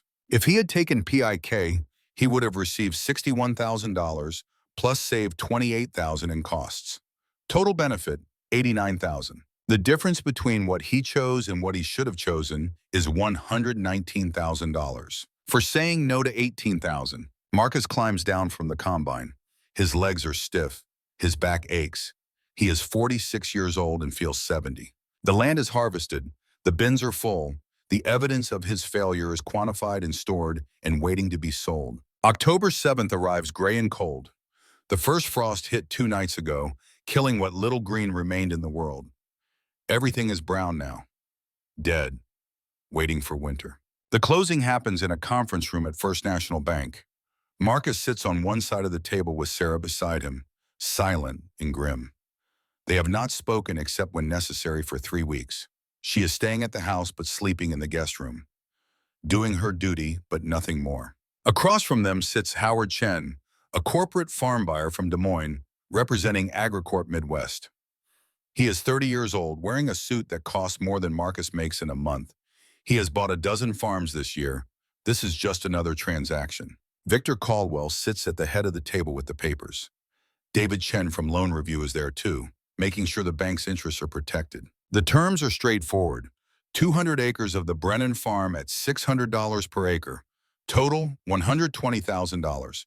After paying off the bank debt of $86,421, Marcus will walk away with $33,579. Howard Chen barely looks at the land surveys. He does not care about the history, about the 4 generations of Brennans who worked this land. He cares about acreage and soil types and distance to grain elevators. Everything in order? Howard asks Victor. Yes, Victor says. He slides the papers to Marcus. Marcus, you need to sign here and here and here. Marcus picks up the pen. His hand is steady. He has cried all the tears he has. He has raged and despaired and bargained with God. Now there is just the paperwork, the bureaucratic act of dismembering a legacy. He signs, 3 signatures, 92 years of family ownership transferred to a corporation in 90 seconds. Sarah signs the spousal consent form without a word. Her signature is angry, hard enough to tear the paper. Victor notarizes. Howard Chen writes a check, hands it to Marcus. Pleasure doing business, Howard says. Marcus takes the check, does not respond. What would he say? That it was not a pleasure, that he just sold part of his soul? Howard Chen would not care, would not understand. The meeting is over by 10:30 a.m. Marcus and Sarah walk out of the bank into bright October sunshine. The leaves are turning gold and red, the kind of autumn day that makes you glad to be alive if you are not watching your family legacy being auctioned off piece by piece. They get in the truck. Sarah stares straight ahead. That is it? She says. That is all it takes? A pen and 3 signatures and we lose 200 acres? That is it, Marcus says. She shakes her head. I do not think I can forgive you for this, Marcus. Not ever. I know, he says. They drive home in silence. Past the fields that used to be theirs and now belong to AgriCorp. Past the neighbors who took pick and are doing fine. Past the evidence of Marcus's failure at every turn. When they get home, Sarah goes directly to the guest room, closes the door. Marcus stands in the kitchen, check in his hand, and feels the weight of what he has lost. 200 acres, $33,000, a marriage, the respect of his children, the legacy of 4 generations. All because he said no. All because he was certain he knew better. All because pride was more important than sense. Marcus folds the check, puts it in his wallet. $33,579, the price of his certainty, the cost of being right when he should have been humble.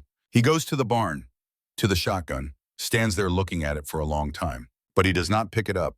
Daniel's voice is still in his head. Promise me. He made a promise, and he will keep it. Marcus walks back to the house.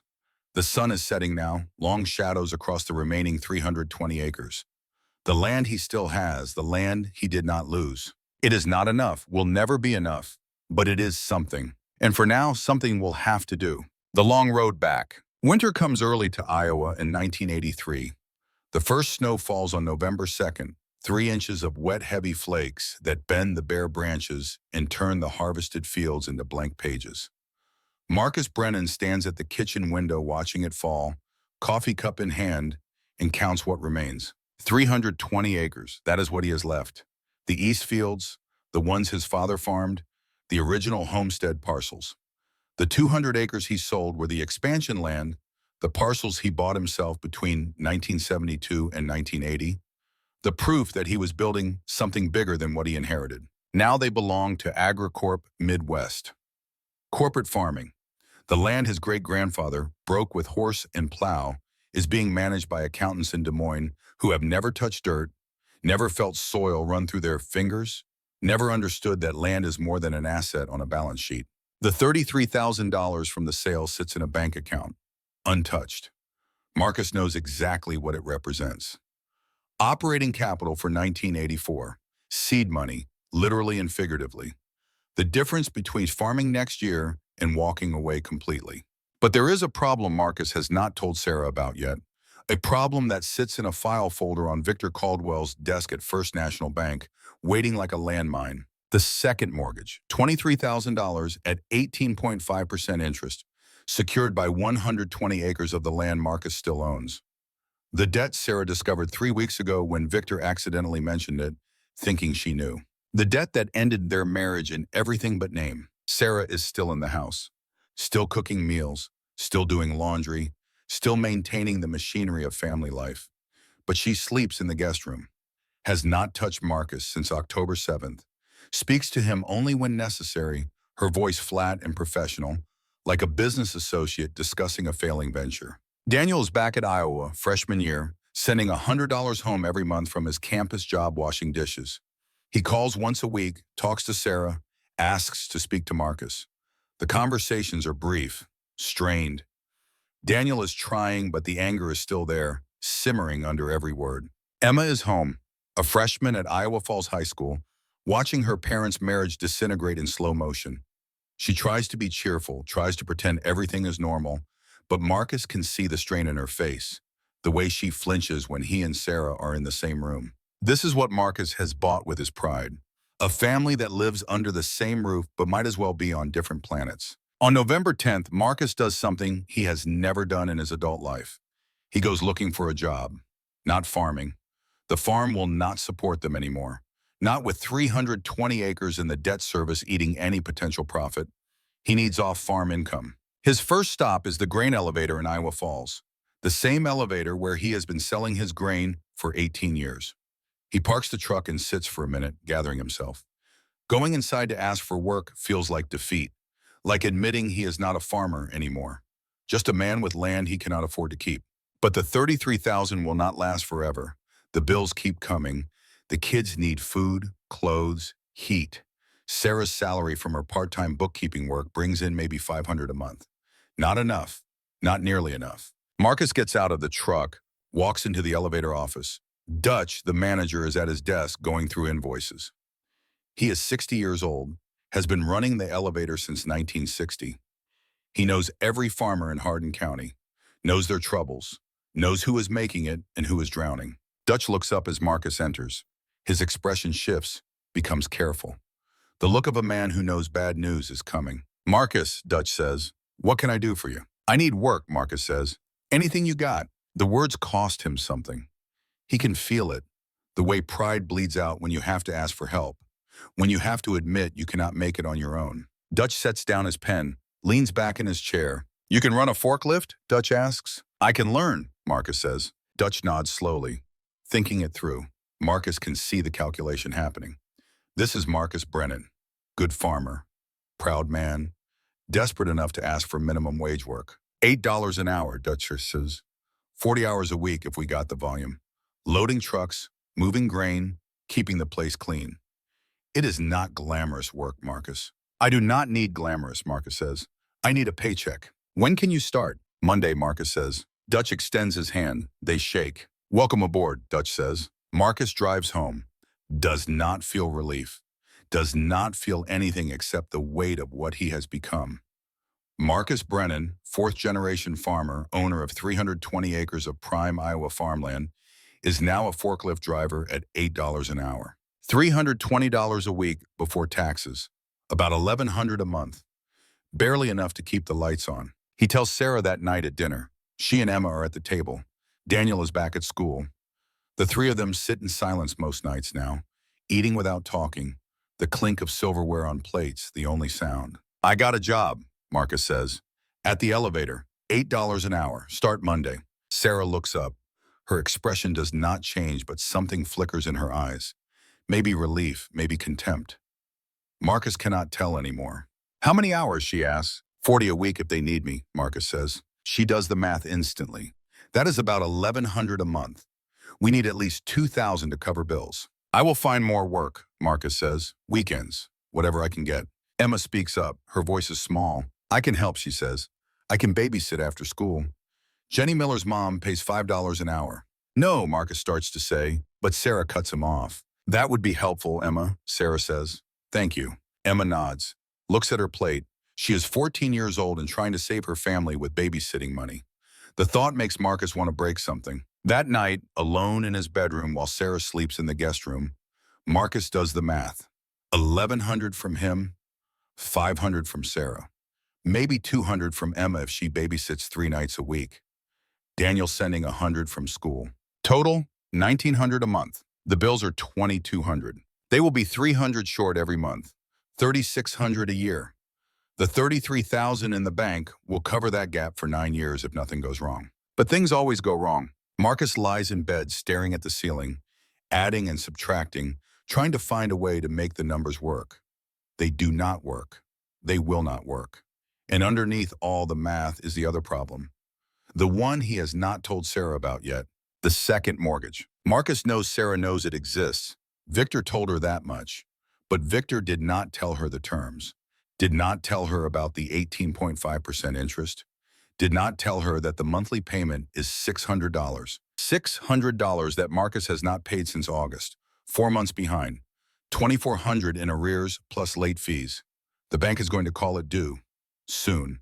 And when they do, Sarah will find out the full extent of what he has been hiding.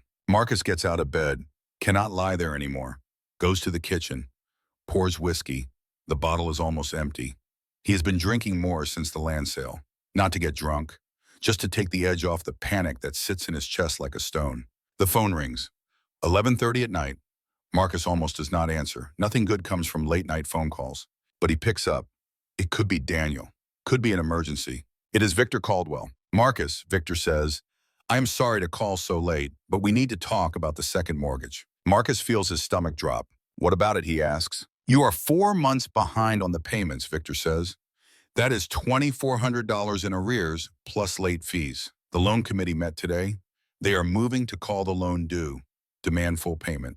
How much? Marcus asks, though he knows. $23,000 principal plus accrued interest and fees.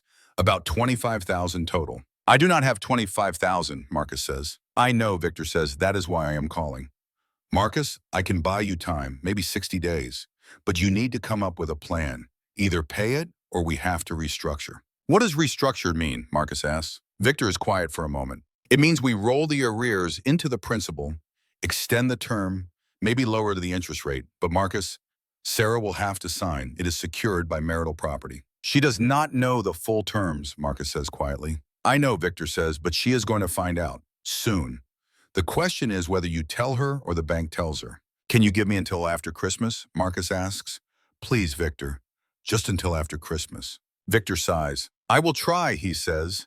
But Marcus, you cannot keep hiding this. It is going to blow up. I know, Marcus says. After he hangs up, Marcus sits at the kitchen table with the whiskey bottle and thinks about December 19th, 81.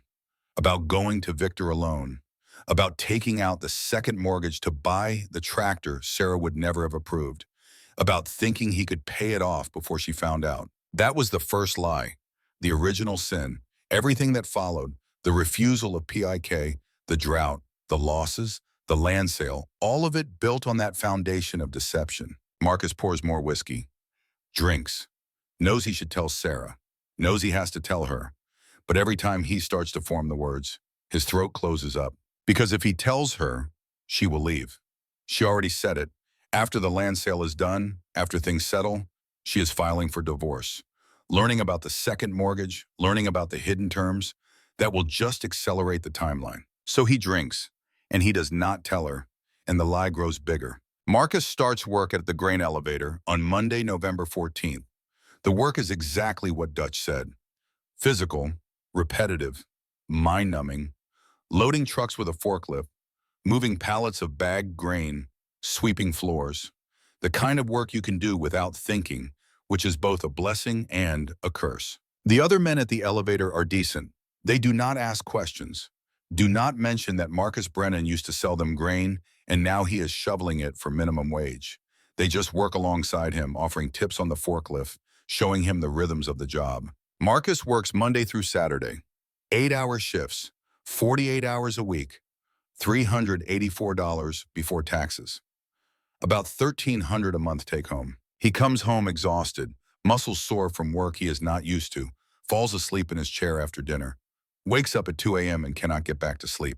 December arrives with cold that settles into the bones. Marcus picks up weekend work doing snow removal for the county. $12 an hour, sometimes 20 hours on a weekend when the snow is heavy. Between the elevator and the snow removal, he is working 60 to 70 hours a week, bringing home about $1,600 a month. Sarah has gone back to work full-time at an accounting firm in Iowa Falls, 30 hours a week at $12 an hour. She brings home about $900 a month after taxes. Emma babysits 3 nights a week, sometimes 4, brings home $50 a week, $200 a month. Daniel sends his $100 from school. Total family income, $2,800 a month. Bills, $2,200. For the first time since August, they are breaking even. Barely. With nothing left over for savings, for emergencies, for anything except survival. But they are surviving, and survival, Marcus is learning, is its own small victory. On December 15th, Victor calls again. Marcus, I bought you time, but the loan committee is insisting on a meeting in January. You, me, Sarah, and the restructuring officer, we need to formalize this. Sarah has to be there, Marcus asks. She has to sign, Victor says, so yes. Marcus knows what is coming, has known since November. But hearing it confirmed makes it real. When in January, Marcus asks. January 3rd, Victor says, 2 p.m. Can you make it? I will be there, Marcus says. After the call, Marcus sits at the kitchen table and tries to figure out how to tell Sarah. He has 2 weeks. 2 weeks to find the words that will explain 2 years of lying. He does not find the words. Christmas 1983 is the bleakest the Brennan household has seen in a generation. No gifts except what Emma made by hand. Construction paper cards with crayon drawings that are too young for a 14-year-old, but the effort makes Marcus want to cry. No tree. The lot in town wanted $40, and that was money they did not have. Daniel comes home from Iowa City on Christmas Eve.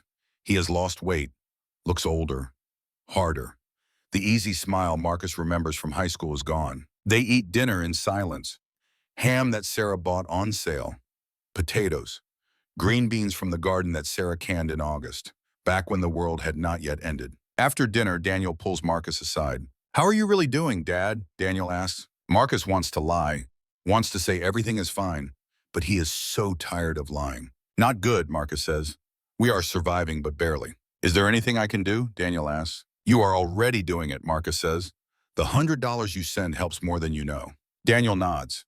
Looks like he wants to say something else, but does not know how.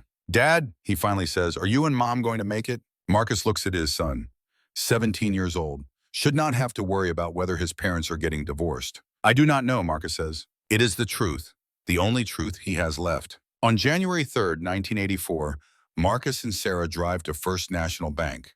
They have not spoken all morning. Sarah knows this meeting is about the second mortgage.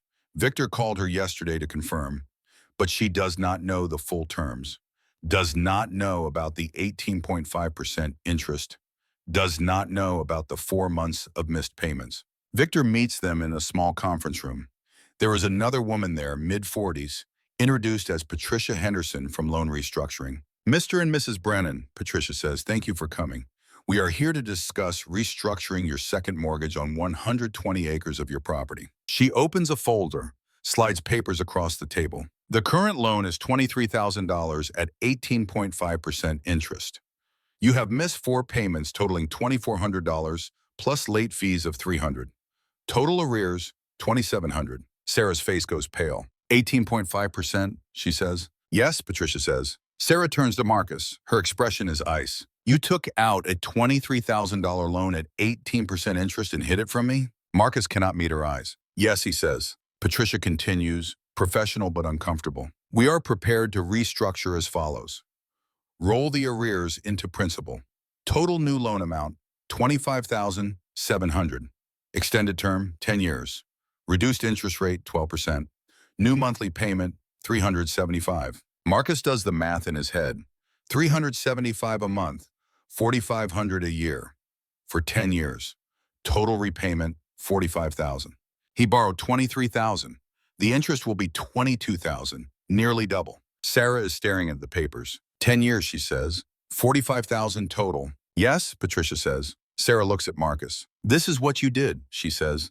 This is what you have been hiding. I am sorry, Marcus says. Patricia pushes the restructuring agreement across the table. We need both signatures, she says. Iowa is a marital property state. Sarah picks up the pen. Her hand is shaking. If I do not sign, what happens, she asks. The bank calls the loan due, Patricia says. Immediate payment of $25,700. If you cannot pay, we foreclose on the 120 acres that secure it. Sarah laughs. It is the sound of something breaking. So my choices are sign this and commit to 10 years of payments I never agreed to, or do not sign and lose another 120 acres. That is correct, Patricia says. Sarah signs. Her signature is violent, hard enough to tear the paper. Marcus signs below her. Victor notarizes. The restructuring is done. Patricia gathers the papers, leaves quickly. Victor lingers. I am sorry, he says to both of them. Sarah stands, walks out without a word. Marcus follows her to the truck. They drive home in silence. When they get there, Sarah goes straight to the guest room, closes the door. Marcus hears something hit the wall, a book maybe, or a shoe. The sound of rage finding the only outlet it has left. Marcus sits at the kitchen table, puts his head in his hands. He has been lying to Sarah about the second mortgage for 2 years and 2 months. And now she knows everything. The amount, the terms, the deception. And she still signed, because the alternative was worse. That night, after Emma has gone to bed, Sarah comes downstairs, finds Marcus still at the kitchen table. She sits across from him. I'm going to say this once, she says. Her voice is very calm, very controlled. That makes it worse. I will stay for the kids. I will work to keep this household running. But you and me, Marcus, we are done. Completely done. Marcus nods, cannot speak. I will sleep in the guest room, Sarah continues. I will do my share of the work. But do not ever lie to me again. Not about money, not about anything. If you lie to me again, I am gone. Do you understand? I understand, Marcus says. She stands, walks back upstairs. Marcus sits alone in the kitchen and adds up what his pride has cost. $30,000 in crop losses, 200 acres of family land, a marriage destroyed, and now $22,000 in interest payments over the next decade. All because he said no to $18,000. All because he thought he knew better. January and February pass in a blur of work. Marcus at the grain elevator 6 days a week. Sarah at the accounting firm. Emma babysitting. Daniel sending his 100 from Iowa City. They make the bills. Barely. The $375 for the second mortgage comes out of the account on the 15th of every month like clockwork. Every time Marcus sees that payment, he thinks about PIK, about the money he refused, about the compound stupidity of his decisions. In late February, Marcus starts planning for spring planting. He has 320 acres to farm. At current input costs, planting all 320 would require about $48,000 for seed, fertilizer, chemicals, fuel. He has $33,000 in the bank from the land sale. He needs to borrow $15,000. He drives to the bank, sits across from Victor. I need an operating loan, Marcus says, $15,000 for spring inputs. Victor pulls up Marcus's file on the computer, looks at it for a long time. Marcus, Victor finally says, your debt-to-income ratio is at the maximum. I cannot approve new lending. The bank already has too much exposure on your account. Marcus expected this, but hearing it confirmed still feels like a punch. What if I reduce acreage, Marcus asks. Plant 250 instead of 320. Lower my costs. Victor does some calculations. At 250 acres, you would need about 37,000 for inputs. You have 33,000 in savings. You could use that, plant without borrowing. If I only plant 250, I cannot make enough to cover bills and loan payments, Marcus says. Then you need to increase off-farm income, Victor says. I am already working 60 hours a week, Marcus says. Victor does not have an answer for that. They sit in silence. Marcus leaves the bank, drives home, sits in the truck doing math on a legal pad. If he plants 250 acres at projected yields of 120 bushels per acre, that is 30,000 bushels. At $3 per bushel, projected price for fall 84, that is 90,000 gross. Cost for 250 acres, 37,000. Net farm income, 53,000. Minus loan payments, 11,400 for equipment, 4,500 for the second mortgage. Total 15,900. Net after debt service, 37,100. Add off farm income, 1,600 a month times 12 equals 19,200. Add Sarah's income, 900 times 12 equals 10,800. Total household income, 67,100. Annual bills, 2,200 times 12 equals 26,400. They would have 40,700 left over. Enough to live on, enough to rebuild savings, enough to survive. But it means giving up 70 acres. 70 acres that could be producing. 70 acres that represent lost income. Marcus hates it, but he has run out of choices. He will farm 250 acres in 1984. Spring comes late. The ground stays cold and wet until mid-April. Marcus uses the time to prepare equipment, doing all the maintenance himself to save money. Sarah helps in the evenings after work. They do not talk much, just work. Changing oil, greasing fittings, replacing worn parts. Emma helps on weekends. She is 15 now, tall and strong, can lift 50-pound bags of seed without help. She talks while they work, filling the silence her parents leave, telling them about school, about her friends, about anything except the farm and the debt and the slow death of her parents' marriage. Daniel comes home for spring break. He and Marcus work together in the fields, preparing the planter. The work goes faster with two people, but the silence is heavy. All the things they are not saying to each other, filling the air like smoke. On the last day of break, Daniel asks the question Marcus has been dreading. Dad, are you and Mom getting divorced? Marcus sets down the wrench he is holding. I do not know, he says. Is it because of the farm? Daniel asks. Yes, Marcus says. And because I lied to your mother, and because I chose my pride over my family. Daniel nods. Looks like he is going to say something else, then changes his mind. I'm going back to school tomorrow, he says. But Dad, whatever happens between you and Mom, I do not hate you. Marcus feels something crack in his chest. Thank you, he says. That night, alone in his room, Marcus cries for the first time since the land sale. Not because he is sad, though he is, but because his son, who has every right to hate him, has chosen not to. It is more than Marcus deserves. April 20th, the soil temperature hits 50 degrees. Marcus starts planting. But this year is different.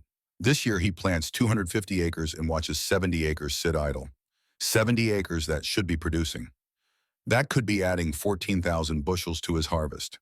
That could be generating $30,000 in revenue. But the money is not there. The credit is not there. So the land sits empty. He finishes planting by May 5th. The weather cooperates. Gentle rains in May. Warm temperatures in June. Everything the 1983 crop did not get. The corn emerges perfectly. By mid-June, it is knee-high and dark green, the kind of crop that makes you believe in second chances. Marcus walks the fields in the evenings after his shift at the elevator, checks for pests, monitors growth. The corn looks like it will yield 140 bushels per acre, maybe more. If prices hold at $3, he will be okay. Not rich, but okay. On July 15th, the USDA releases its monthly crop report. National corn production projected at 8.4 billion bushels, up 20% from drought-reduced 83. The surplus is rebuilding. Corn futures start to fall. $3 becomes $2.90, then $2.80, then $2.70. By harvest time in October, corn is at $2.50 per bushel. Marcus's 250 acres yield 142 bushels per acre, the best yield he has had in 5 years. But at $2.50 per bushel, his gross revenue is $88,750 instead of the $105,000 he projected at $3. After costs of $37,000, he nets $51,750. After loan payments of $15,900, farm income is $35,850. He needed $40,000 to make the budget work. He is $4,150 short. The farm is profitable, the crop is good, everything went right, and it is still not enough. Sarah sits across from him at the kitchen table in November as they go through the year-end numbers. "We are $4,000 short," she says. "I know," Marcus says. "We have $12,000 in savings," Sarah says. "We use that to cover the gap. But Marcus, if this happens again, we will have to sell more land." "How much?" Marcus asks, though he does not want to know. "At least 80 acres, she says, maybe more." Marcus feels something break inside. "We would be down to 240 acres, he says, maybe less." "I know," Sarah says, "but what choice do we have?" They sit in silence. Finally, Marcus speaks. "I will find more work," he says. "I will take anything." "You are already working 70 hours a week," Sarah says. "Then I will work 80, Marcus says. Sarah looks at him, really looks at him, for the first time in months. "This is killing you," she says. "I deserve it," Marcus replies. "Maybe," Sarah says. "But the kids do not deserve watching it happen." She stands, walks upstairs. Marcus sits alone at the kitchen table and knows what is coming. More land sales, more losses. The slow dismantling of everything 4 generations built. And it is all his fault, the legacy. December 1984 brings the conversation Marcus has been dreading for a year. Sarah finds him in the barn on a Sunday afternoon the day after Christmas. Emma is at a friend's house. Daniel is back at Iowa. They are alone. "We need to talk about the 80 acres, Sarah says. Marcus sets down the wrench he is holding, nods. They walk back to the house together, sit at the kitchen table. The same table where everything started in February '83. The same table where Marcus made the worst decision of his life, and every conversation since has been about managing the consequences. Sarah slides a piece of paper across the table. She has done the math. She always does the math. "If we sell 80 acres at $600 per acre, we get $48,000, she says. "We use $25,000 to pay off the second mortgage completely. That saves us $375 a month, $4,500 a year. We put $20,000 in savings. Keep $3,000 for operating expenses." Marcus looks at the numbers, knows she is right, has known for weeks. "That leaves us with 240 acres, he says. "I know," Sarah says. "That is less than half of what we started with." Sarah's face is stone. "I know," she repeats. They sit in silence. Outside, snow is falling, the world turning white, clean. Unlike their situation, which is muddy and complicated and getting worse. "When?" Marcus asks. "January," Sarah says. "As soon as we can find a buyer." Marcus nods. What else can he do? The numbers do not lie. They never have. "One more thing," Sarah says. Marcus waits. "I want you to see someone," she says. "A counselor. For the drinking." "I do not have a drinking problem," Marcus starts. Sarah cuts him off. "You have a bottle of whiskey in the barn, one in the machine shed, and one in your truck. You come home from work and pour a glass before you even take off your coat. Emma asked me last week if you are an alcoholic." The word hits Marcus like a physical blow. "What did you tell her?" he asks. "I told her I do not know," Sarah says, "but I am worried about it, and she should be too." Marcus wants to argue, wants to say he has it under control. But Emma asked if he is an alcoholic, his 14-year-old daughter, watching her father drink away the pain of his mistakes. "Okay," he says, "I will see someone." Sarah nods, stands to leave, stops at the door. "Marcus," she says. He looks up. "I am not saying this to hurt you," she continues, "but you need to hear it. You are not the man I married. That man was confident but not arrogant, strong but not stubborn. That man listened to advice. That man would have taken the PIK money." She pauses. "I do not know who you are anymore," she says, "and I do not know if the man I married is ever coming back." She walks out. Marcus sits alone in the kitchen and understands that Sarah is not just talking about the farm or the debt. She is talking about him, about the man he has become, bitter, defensive, drowning in guilt and whiskey and the weight of his own failures. He goes to the barn, finds the bottle hidden behind the toolbox, pours it out, watches the whiskey soak into the dirt floor. Then he goes to the machine shed, finds that bottle, pours it out too. The bottle in the truck he keeps, not to drink, but as a reminder, a test. The next day, Marcus calls the Employee Assistance Program through the grain elevator. They give him a name, Dr. Elizabeth Harmon, psychologist in Iowa City. Marcus makes an appointment for the following week. The first session is awkward. Marcus does not know how to talk about feelings, does not know how to explain that he is not sad exactly, just hollow, like someone scooped out his insides and left a shell that goes through the motions. Dr. Harmon is patient. She does not push, just asks questions, listens. By the third session, Marcus is talking, really talking, about Vietnam, about his father, about the certainty that saved 8 Marines and destroyed his farm, about the drinking. You are self-medicating, Dr. Harmon says, using alcohol to manage anxiety and depression. I'm not depressed, Marcus says. You wake up at 3 a.m. and cannot get back to sleep, Dr. Harmon says. You have lost interest in activities you used to enjoy. You feel guilty about things that happened years ago. You drink to cope with emotional pain. Those are symptoms of depression, Mr. Brennan. Marcus sits with this, turns it over in his mind. What do I do about it, he finally asks. You stop drinking, Dr. Harmon says. You keep coming to therapy, and you forgive yourself for being human. That last one seems impossible, but Marcus tries. In January 1985, the Brennan family sells another 80 acres to Agricorp Midwest. The sale closes on January 15th, $48,000. Marcus uses it exactly as Sarah planned, pays off the second mortgage, the debt that started everything. The original lie that compounded into catastrophe, gone. The monthly payment of $375 disappears from their budget. The relief is immediate and massive. Marcus puts $20,000 in savings, keeps $3,000 for operating costs. The Brennan farm is now 240 acres, less than half the 520 Marcus started with in February '83. But the second mortgage is gone. The debt load is down to $42,000. For the first time in 4 years, Marcus can breathe. Sarah makes him do one more thing, marriage counseling. They see Dr. Patricia Morrison in Iowa City once a week for 3 months. The sessions are painful. Sarah talks about betrayal, about the lies, about watching Marcus choose pride over family again and again. Marcus talks about shame, about feeling like a failure, about not knowing how to ask for help. Dr. Morrison asks hard questions. Do you want to save this marriage? Are you willing to do the work? Marcus says yes, means it. Sarah says maybe, which is more than Marcus deserves. By April, something shifts, not forgiveness exactly, but maybe the beginning of it. Sarah moves back into the master bedroom. They do not touch for another month, but they are in the same room, breathing the same air, trying. Spring '85 brings good weather. Marcus plants all 240 acres, corn and soybeans, works his shifts at the elevator, comes home, does field work in the evenings, stops drinking, goes to therapy. The crop looks good, the prices are better, corn at $290, better than '84. By harvest, Marcus knows they are going to be okay. Not rich, but stable. Final numbers for '85. 240 acres at 135 bushels per acre. 32,400 bushels.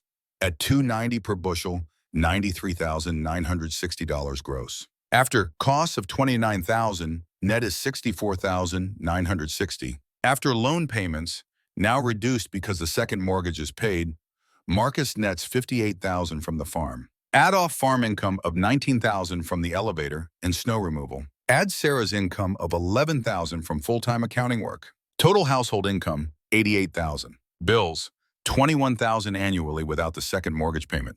They have $67,000 left over. For the first time in 3 years, the Brennan family is not just surviving. They are building a buffer, rebuilding savings, recovering. Marcus puts $30,000 in savings, pays down $10,000 on the equipment loan, uses the rest for living expenses and catching up on deferred maintenance. 1986 is similar. Good yields, decent prices, stable income. By the end of '86, the Brennan family has $55,000 in savings and debt down to $28,000. In December '86, Sarah comes out to the machine shed where Marcus is working on the planter. I have been thinking, she says. About what? Marcus asks. About forgiving you, she says. Marcus sets down the wrench, turns to face his wife. And he asks. And I think I am getting there, Sarah says. It has been 3 years. We have survived. The kids are okay. We are okay. I think maybe it is time to let go of the anger. Marcus does not know what to say. I do not deserve that, he finally manages. Probably not, Sarah agrees. But I am not doing it for you. I am doing it for me. Because carrying this anger is exhausting.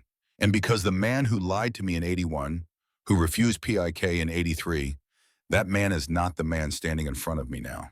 Who am I now? Marcus asks. Someone who learned humility the hard way, Sarah says. Someone who goes to therapy. Someone who stopped drinking.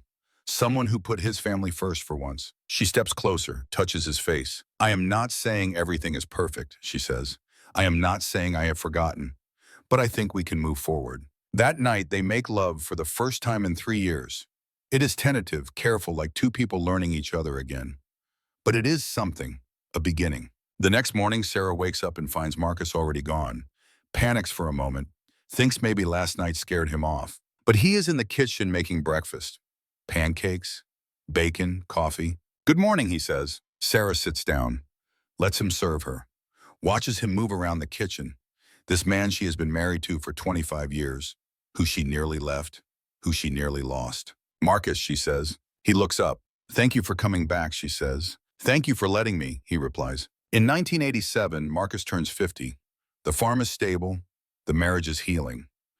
Daniel graduated from Iowa and is working in Chicago as a computer programmer, making $45,000 a year, a number that seems impossible to Marcus. Emma is a senior in high school, talking about Iowa State, about studying agricultural economics, about coming back to farm. One evening in March, Emma sits Marcus down at the kitchen table. Dad, she says, I have been thinking about the future. Marcus waits. I want to come back after college, Emma says. I want to farm with you, but I do not want to farm the way you have been farming. What do you mean? Marcus asks. Commodity farming on 240 acres is not sustainable long-term, Emma says. The margins are too thin. We need to diversify. Specialty crops, direct-to-consumer, value-added products. She slides a folder across the table. Inside are spreadsheets, market analyses, crop budgets for things Marcus has never grown. Organic vegetables, heirloom corn for specialty mills, pastured poultry. I have been working on this all semester, Emma says. I think we could gross $80,000 a year on 200 acres if we do this right. Marcus looks through the papers. The plan is ambitious, would require completely changing how he farms. Everything in him that learned farming from his father, who learned it from his grandfather, wants to say no. But he has learned what no costs. Let me think about it, he says. Emma nods, smiles. That is all I am asking, she says. After she goes upstairs, Sarah comes into the kitchen. You are going to say yes, Sarah says. How do you know? Marcus asks. Because you learned something in '83, Sarah says. You learned to listen to people smarter than you. And Emma is smarter than both of us combined. Marcus smiles. She is right. Over the next 2 years, Marcus and Emma transform the Brennan farm. They convert 80 acres to organic vegetables, set up a farm stand, start a CSA program. It is backbreaking work, harder than commodity farming in many ways. But the margins are better, much better. By 1990, the farm is grossing $85,000 on 200 acres. Higher revenue per acre than Marcus ever achieved farming corn and soybeans. Emma graduates from Iowa State in May 1991 and comes home full-time. She and Marcus are partners now. Equal owners. The farm that nearly failed as a commodity operation is thriving as a specialty producer. In March 1992, Emma meets Jake Morrison at a farming conference. He runs an organic operation 30 miles away. They date for a year, get married in November '93. At the wedding, Marcus gives a toast. I spent a long time thinking I knew everything, he says. Thinking my judgment was better than everyone else's. It cost me 280 acres and almost cost me my family. He looks at Emma. My daughter is smarter than I ever was, Marcus continues. She saved this farm. Not me, I nearly killed it. She brought it back to life. He raises his glass. To Emma and Jake, he says, may they build something better than I did. May they learn from my mistakes without having to make them. The room applauds. Marcus sits down. Sarah takes his hand, squeezes. You did good, she whispers. In 1995, Emma and Jake merge their operations. 400 acres combined. They buy 80 acres from a retiring neighbor, bringing the total to 480. The merged operation grosses $160,000. After costs and salaries, Marcus and Sarah clear $50,000 a year. Not rich, but comfortable. Marcus is 58 years old, has been farming for 26 years, has survived the worst agricultural crisis since the Depression, has lost 280 acres and gained some of it back in different form. In March 2000, Marcus and Sarah sell their share of the operation to Emma and Jake. The sale is structured as a gradual buyout, $10,000 a year for 20 years, $200,000 total. They keep the house and 5 acres. Marcus builds a wood shop. takes up furniture making. Sarah volunteers at the library. Life is quiet, simple. Marcus finds he likes it. One day in 2003, Marcus gets a call from a reporter at the Des Moines Register. She is doing a story on the farm crisis of the 80s. His name came up. Would you be willing to talk? She asks. Marcus almost says no. The 80s are not something he likes to discuss. But then he thinks about farmers still struggling, about men making the same mistakes he made. Okay, he says. The interview happens at his kitchen table. The reporter is 26 years old. She was 7 when PIK happened. Tell me about 1983, she says. Marcus tells her everything. The pick offer, the refusal, the drought, the losses, the secret debt, the land sales, the drinking, the therapy, the slow climb back. He does not sugarcoat anything. Why did you refuse PIK? The reporter asks. Pride, Marcus says. I thought I was smarter than everyone else. I'd been right once in Vietnam, and I thought that meant I would always be right. What would you tell farmers today facing similar choices? Marcus looks out the window at the fields Emma and Jake are planting. I would tell them that pride is expensive, he says. More expensive than most of us can afford. I would tell them to use every safety net available, every program, every tool, because farming is hard enough without fighting alone. The article runs in May 2003. The headline is The Cost of Pride, One Farmer's Lesson from the 80s Crisis. Marcus gets calls from farmers across Iowa. Some thank him. Some criticize him for making farmers look foolish. He takes all the calls, answers every question. If his mistakes can help one person make a better choice, it is worth the embarrassment. In 2005, Marcus is invited to speak at Iowa State Agricultural Risk Management Symposium. 200 students in the audience, Emma in the front row. Marcus tells his story, shows the numbers, explains exactly what pride cost him. A student raises her hand. How do you balance confidence and humility? She asks. Good question, Marcus says. Confidence is knowing you can do the work. Humility is knowing you cannot control everything. I had confidence, I lacked humility, almost destroyed me. After the talk, students line up to shake his hand, thank him for his honesty, share their own family stories of the 80s. Emma drives him home. You did good today, Dad, she says. I just told the truth, Marcus replies. That is why it was good, Emma says. In 2010, Marcus starts writing. Letters to his grandchildren. Lessons about farming and life and the cost of being certain when you should be humble. He writes about PIK, about the drought, about the lies, about the recovery. He writes about Sarah, about breaking her trust and spending years earning it back. The letters fill 3 notebooks. He gives them to Emma in 2012. For the kids, he says, when they are old enough. Emma reads them, cries. These are the most valuable thing you have ever given me, she says. More valuable than the land, Marcus asks. The land is just dirt, Dad, Emma says. This is wisdom. In 2015, Marcus publishes a memoir, 80 pages, self-published. The title is The $18,000 Mistake, A Farmer's Lesson in Pride and Humility. It sells 400 copies the first year, mostly to agricultural libraries. But the people who read it carefully. Marcus gets letters from farmers across the country, from sons who watch their fathers lose everything, from agricultural economists who use it in classes. The book does not make money. That was never the point. Sarah dies in January 2018. Heart attack in her sleep. She is 80 years old. Marcus holds her hand in the funeral home and thinks about all the years they had. Not all of them good, many scarred by what happened in '83, but they had them. At the funeral, Daniel gives the eulogy. My mother was the strongest person I ever knew, Daniel says, not because she never broke, but because she chose to rebuild, to forgive, to stay when leaving would have been easier and probably justified. He looks at Marcus in the front pew. She taught me that strength is not about being right, Daniel says. It is about choosing love even when you have every reason not to. After Sarah dies, Marcus moves into a small apartment in Iowa Falls. The house goes to Emma and Jake. He does not want to be alone in that big house with all those memories. He is 81 years old. His back hurts. His knees hurt. He has outlived his wife and most of his friends. But he is still here. He volunteers at the Historical Society, gives talks about the farm crisis, spends time with grandchildren. In January 2023, a documentary filmmaker calls. PBS is making a film about PIK.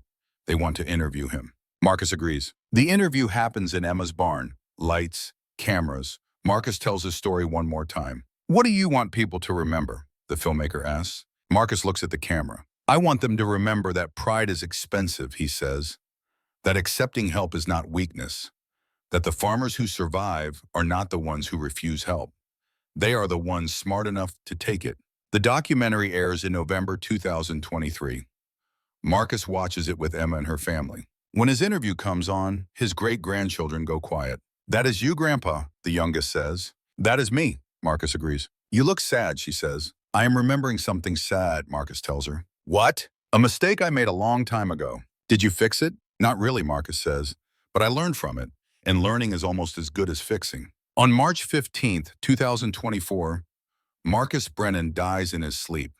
He is 87 years old. The farm he nearly lost is still in the family. Emma and Jake run it. Their daughter Sarah, named after her grandmother, is studying agricultural business at Iowa State. She will come back after graduation. The Brennan farm has been in continuous family operation since 1891, 133 years. Marcus almost ended that in 1983, but he did not. The funeral is at the same church where he married Sarah in 1961. 200 people attend. Emma gives the eulogy. My father made the worst decision of his life in February 1983, she says. He said no to $18,000. It cost him 280 acres, 15 years of struggle, and nearly his marriage. She holds up his memoir. But he learned, Emma continues, and he spent 40 years teaching others not to make his mistake. That takes courage. To admit you were wrong, to own it, to share it knowing people will judge you. She sets the book down. Dad always said pride is the most expensive crop that never grows, Emma says. He paid for that lesson with land that had been in our family for 92 years. But because he learned it, because he taught me, the farm survives. She looks at the casket. Thank you, Dad, she says, for being wrong, for admitting it, for teaching us that strength is not about never falling. It is about getting back up. After the funeral, people gather at the farm. The barn is filled with food and memories. That night, Emma walks the fields alone. 240 acres, half what Marcus started with. But enough. She thinks about 83, about being 14 and watching her family nearly collapse. She thinks about the lessons her father taught, not by being right, by being wrong and learning from it. That pride costs more than you can afford. That accepting help is strength. That you can lose almost everything and still have enough if you rebuild. She picks up a handful of soil, black Iowa dirt, the same dirt her great-great-grandfather turned in 1891. She lets it fall through her fingers and walks back to the house where her family is waiting. The Brennan farm will survive another generation, not because Marcus Brennan was wise, but because he was foolish, learned from it, and had the courage to teach others the same lesson. The most expensive no in farming history cost one man 280 acres and 20 years of struggle. But it bought a truth that will outlive him. Sometimes the only way to save what you love is to admit you were wrong. Sometimes the brave choice is surrender. Sometimes the strongest thing you can say is yes. Marcus Brennan learned this too late to save his land, but in time to save his family. And in the end, that is what matters.